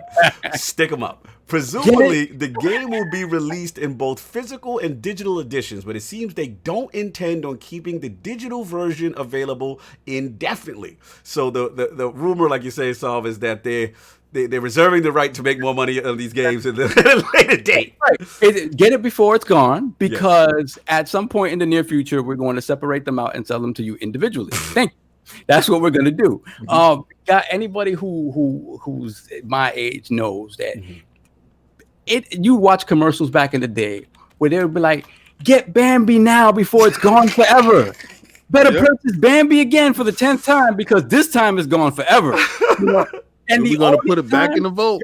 And so the thing is, they literally use that verbiage. They said it'd be gone forever. The only time any Disney property's ever been gone forever is like Song of the South. And I think we all agree the Song of the South needs to be in the bushes forever. Like beyond that, it's just marketing, right? To get people to buy a repackage of these things.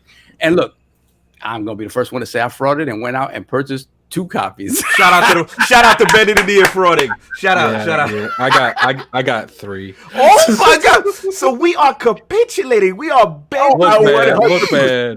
It's like I said when Lord Ryan McCaffrey was on here. I can criticize and be respectful. So wow, King. I'm gonna criticize King myself at GameStop and pick up 3 copies. Where's King's fraud alert? Because I know it's coming. There we go. Listen, y'all gonna act like we don't know these dudes for who they are. Like they are who we thought they were. Like, y'all thought it was something new. You thought, oh, okay, they're gonna put 3 Mario games in one package, and they ain't gonna stick you up in some form of fashion. Like you was like, oh, today Nintendo is doing something great for the community. They always do something great and just turn around and say and right in the back. So as you reaching for it, they was poking you right in the back. They told you, get it now or forever hold your peace. Just like that. And then next year, soon as it's out, soon as they cut production, soon as they cut the internet on it and like, no, you cannot buy it no more here. And soon as they stop production, you can't get it no more here. And dudes on eBay going buck bananas. They're gonna put a virtual console out with all those games individually. This is the thing, right? Like, honestly, real talk. We talk about all these like anti-consumer practices, Activision, and they are the bar none worst. They are the epitome, and we smile and take it. Yep, because it's good on Nintendo. It's what we love. It's wholesome. You know the semester part is I gotta buy this game. What? The best part about it is I love every last one of those games. Exactly. The thing when it comes down to is, I say it all the time, and so does Lord BG. It's easy to boycott something you don't care about. Oh, that's no facts. That's a fact. And for some people don't like Mario, they do the same stuff they doing now to Zelda. They gonna be right in line. Factual. You gonna like the both. And I'm buying both because it's just like at the end of the day, I don't agree with this because I think this is gonna get worse. Because in 3 years, when Nintendo's doing this to everything, and you could look back on ILP on episode. Which one we on? 174. 174. Be like, I didn't contribute to this, and I'm gonna look you right in the eye and say, "You damn right." It's a test run. This is a test run to see if you fools gonna fall for this joint again. And all of us goofies is gonna be like, "Here you go, Nintendo. Here's the money." And then they're gonna say, "Yo, you want that 3 Zelda pack? 3 Zelda pack? Here you go." And then they're gonna say it's out of the store in 3 weeks. They're gonna put Wind Waker, Majora's Mask, Skyward Sword, and Twilight Princess in a 4-pack, and people are gonna be like, facts. So how long do we have to get this? this? 2 months stick up. Get it now. Get it hot. You know what I think they're gonna do? They're gonna start re-releasing these old games because they want it's not enough to short print anymore. Like now they don't want to just have very few copies out there. Now they just go stop making the copies. They are the kings of the artificial. You know how thing, you know how when something happens in Destiny, okay, you got a certain amount of time to get it. If I don't get it this time, it's hard to tell the next time this event's going to be out, so I'm gonna have to wait a whole year. They doing this. They're like, man, Mario, March, they gonna do it for 6 months after that? I gotta get down there right now. They got emboldened by EA when EA told you could do the upgrade on Madden, but in March, you're done. I don't know what's happening in March. Yeah, that's smart delivery. But in March, something's going on in March. March is your last chance. You'll get it. What's hilarious? If March shows up and nothing happens. That'd be funny. Well, we see. Soft, get that super chat that I get my money. We got Erodimus with the $5 super chat. The Big N found another way to fraud their way into stealing money from their cult. Yes, they did. They did. That's a fact. Then we got Smitty Smith with the $2 super chat. Nintendo, we got an offer you can't refuse. That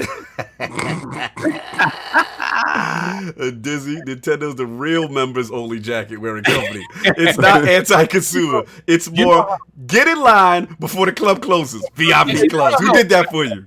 You know how extra they are. They're like, yo, we're gonna give you a time limit to buy this. We're gonna put 3 of these games. And guess what? we ain't doing nothing to it. No, we ain't even remaster. It's straight port at the laziest level. There's no widescreen support. Let me go in, man, because this joint right here, look, Switch Gang, you know I've been riding, but this right here, man, yo, then on time, why is it limited? Why is the digital limited?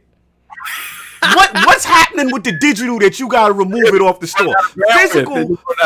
Physical, I get it. Limited run packaging, okay, cool. Why are you removing the digital joint from the storefront, fam? We got enough bandwidth to last for 6 months. Like that's the listen. Shout out to Jess Gordon, Windows Central, Xbox Tool. He got the tweet of the year. He says Microsoft will up-res and upgrade your old games for free with our backward compatibility tech. Shout out to Bill Stillwell in there. He was part of that.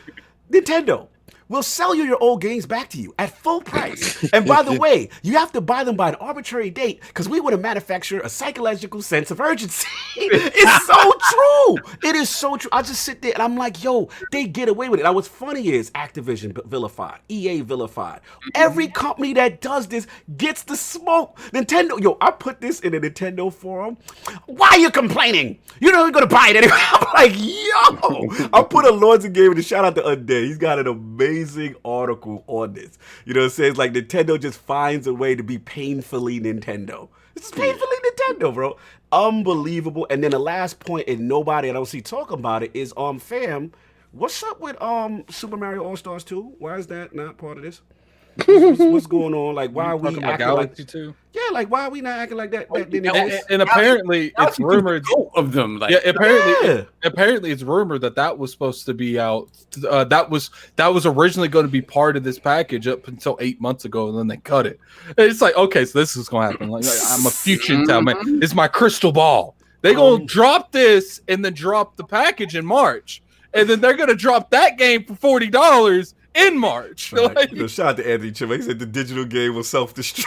Yo, it's a fact. There's no listen, man. Get the super chat. We got before the super chat. We got Kai in the chat that says the PC Super Mario 64 fan remaster blows it out the water. Yes. I'm not gonna confirm or deny that I have that on my desktop right now. And then we have Bill Stillwell. He says Nintendo. The first taste is free. They give you a little taste. They the best hustler. They give you a little taste to reel you in. The first taste is free. Factual. The super chat. We have the wise old gamer with the $5 super chat. Nintendo separating the TCL crowd from the money they don't have from day one. That is true. That is true. You can be broke as hell and find a way to purchase a Nintendo product.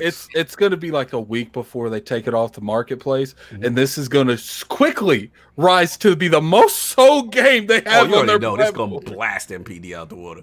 That's all I got, man. They're going to have like a 1-to-1 ratio. It's going to have like 60 million sold. And we didn't even talk about the fact that they're releasing a limited edition Game & Watch with again, separating people from their money. They have a Super Mario Battle Royale basically coming out. They got that crazy looking Mario Kart tour that you have. You set up tracks in your house. Like that's unbelievable. Get the super chats off. We got Brad with $2 super chat. Nintendo hustle game is strong. Yes, sir. Yes, sir. Yes, sir. Then we have Six Slayer with the $10 super chat. Nintendo has no new games coming. Something has to be happening in March. Maybe the Switch Pro finally, and all the games have better been held back for that. But you would have expected it to be back compatible. Whatever the next Switch is, yes, it's going to be back compatible. They're not going to make that mistake again. We're creating an upgrade that only plays certain games. They did that with the new Nintendo 3DS. Nah, I mean, if it's in a Switch family, yes. You believe that? You believe that? You believe these dudes? You trust them? I don't trust them. Listen, Nintendo's the only company I gotta see it first. I gotta see it when it come out. I don't trust. You never know. I'm not saying they're gonna be back compatible. I don't say anything. They might be like, yo, this is a whole solely separate thing. Y'all like that Switch? Yeah, do that. But we got this new thing over here that with the double face. I don't trust them dudes. and I'm sure whatever it is, it's gonna be super amazing. I'll be that day one to buy it. Oh yeah. So get this point. I'm just here like whatever, man. Yeah, we're just here for the ride to see the fraudery. Anyway, new IPO poll with the latest announcements and controversy. Super Mario 3D Collection being a limited release port. Do you think Nintendo fairly or unfairly gets a pass on these practices? Choices are A. You don't even have to read everything. Everyone's gonna vote yes. No, this isn't anything new. Nintendo are amazing at meeting the demands of their fans.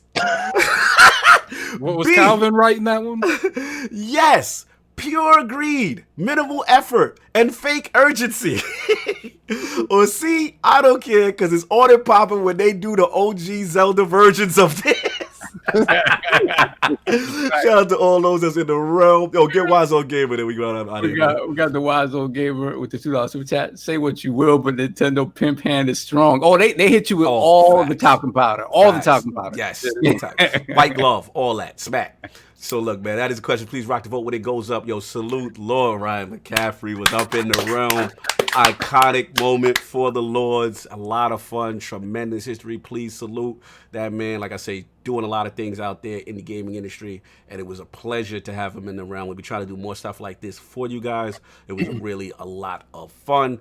Lord Addict, where can the fine people find you? What you got going on, sir? Any more hot videos? You can find me on Twitter at Lord Addict ILP. You can find me at YouTube at Gaming Addict. I'll definitely be making some videos this week. You can also find me over here playing Wasteland 3.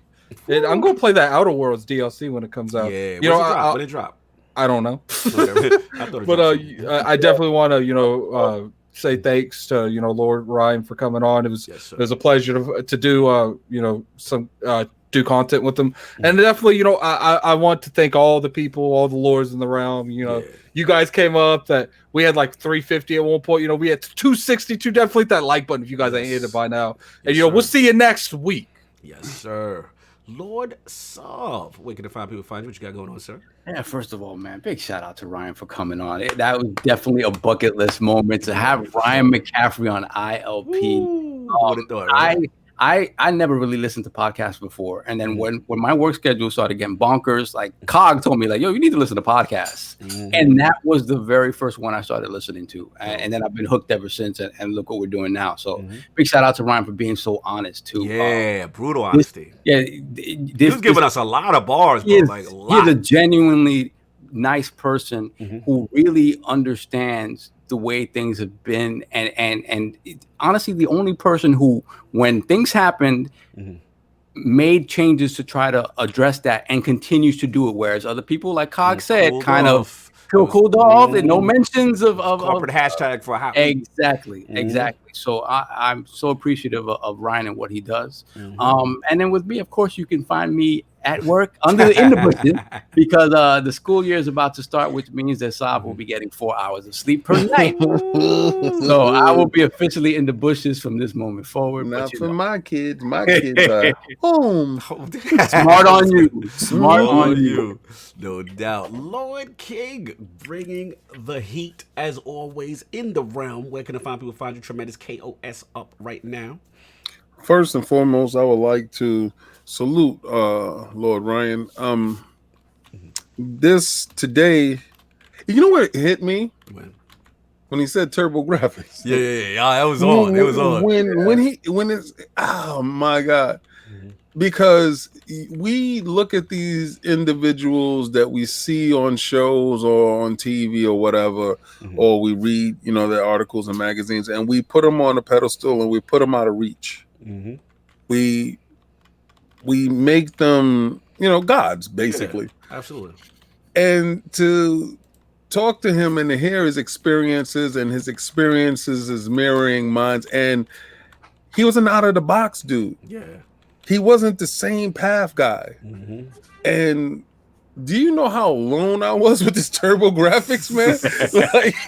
like dudes was like, why did you buy that? I mean, Cog and I appreciated it. We just didn't get it. I learned to love that system. Yeah, I learned to love that system. We'll play yours.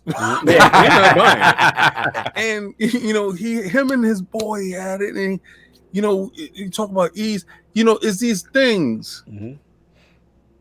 It humbles you to know, and I hope when you watch this show back, you learn one very particular thing, because Cog said it, we say it all the time.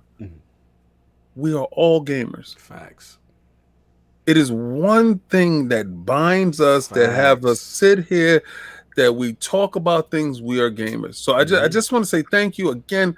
It's a magical moment. This, I have tons of magical moments with a lot of our guests, but this one very particularly hit because he was out of the box like I was, and I know how he felt. Period. Yeah, Bill Stillwell agrees with you. He said, excellent show, one of your best. I'd say top 3 for sure. Seriously, though, Ryan is one of the good guys. Great fit with you all because you're all great people, too. Salute, Lord. Thank man. you It so means much. a lot. It's definitely bucket list. I'm sorry, let you finish, Kate.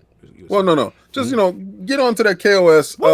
If you haven't seen it, really check it out because it's a slice of hurt. Yeah. Right? It's a real slice of hurt. I had to do that video 3 times. I cried twice doing it. It's a slice of hurt. Go check it out. Add me on PlayStation Network at a Xbox 360 level 1. When I had to register for my PlayStation 5, it didn't want to take my ID. I wonder why. It was like, no, man, you over here with this Xbox stuff. We gonna take you. I do want to point something out real quick before we close. Super chat. I want to give a special shout out to Bill Stillwell, man. Like this dude. He's been here since day one, and he's in our chat right now. Like, he was there when, like 13 subs, dudes. 13 people in the chat. Like he had literally no business being on this show. I've told this to his face. And, always tremendous respect with the people who believe in the vision. There's a couple, and he's definitely one of them. So salute to him on that, man. Much love. I want to get E. Murray because he's been waiting. Super chat. Say hello to PC Emulator for Mario games for me. E. Murray, I will not confirm or deny that I actually have that on my desktop. Yo, Murray. Let's close out. Time. Yeah, I gotta get the time emoji. But look, man, tremendous day in the room. Salute to everybody in the chat, man. Wow, Ryan McCaffrey, definitely a bucket list moment. Please watch replay if you missed it. He dropped tremendous jewels. A lot of stuff to learn, Ryan. We're very proud to have him. Hopefully, we'll do more stuff like that in the future. You already know. Last word is up there.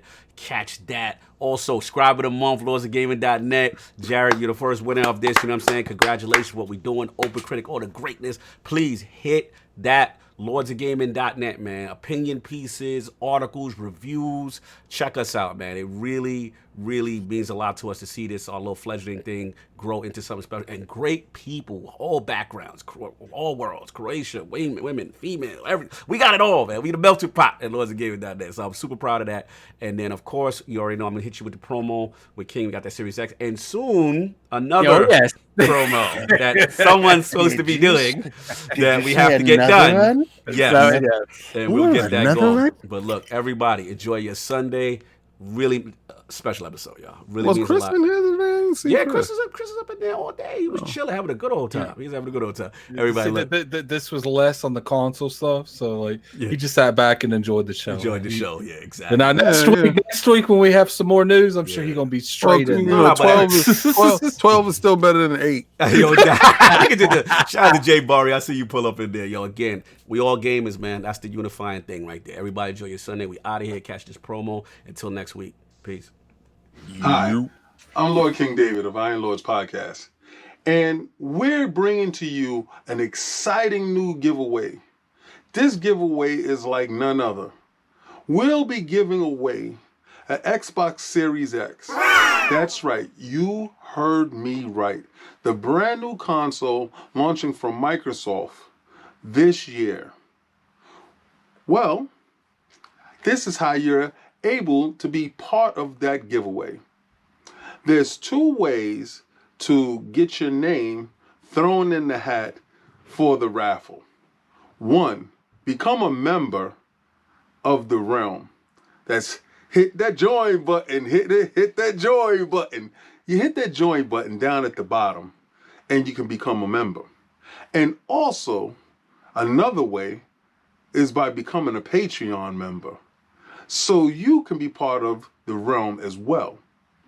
Now, this is brought to you by Cat Daddy Fat Stacks, a member and Lord of the Realm, a very generous person that's in our community, and this community is beautiful. So remember, You can have one entry by hitting that join button and becoming a member of the realm. And also, you can have another entry by being a Patreon. Now, you said, King, what if I'm a member of both? Well, your name gets thrown in the hat 2 times. So please, like, follow, and subscribe. Join or become a Patreon member or become both.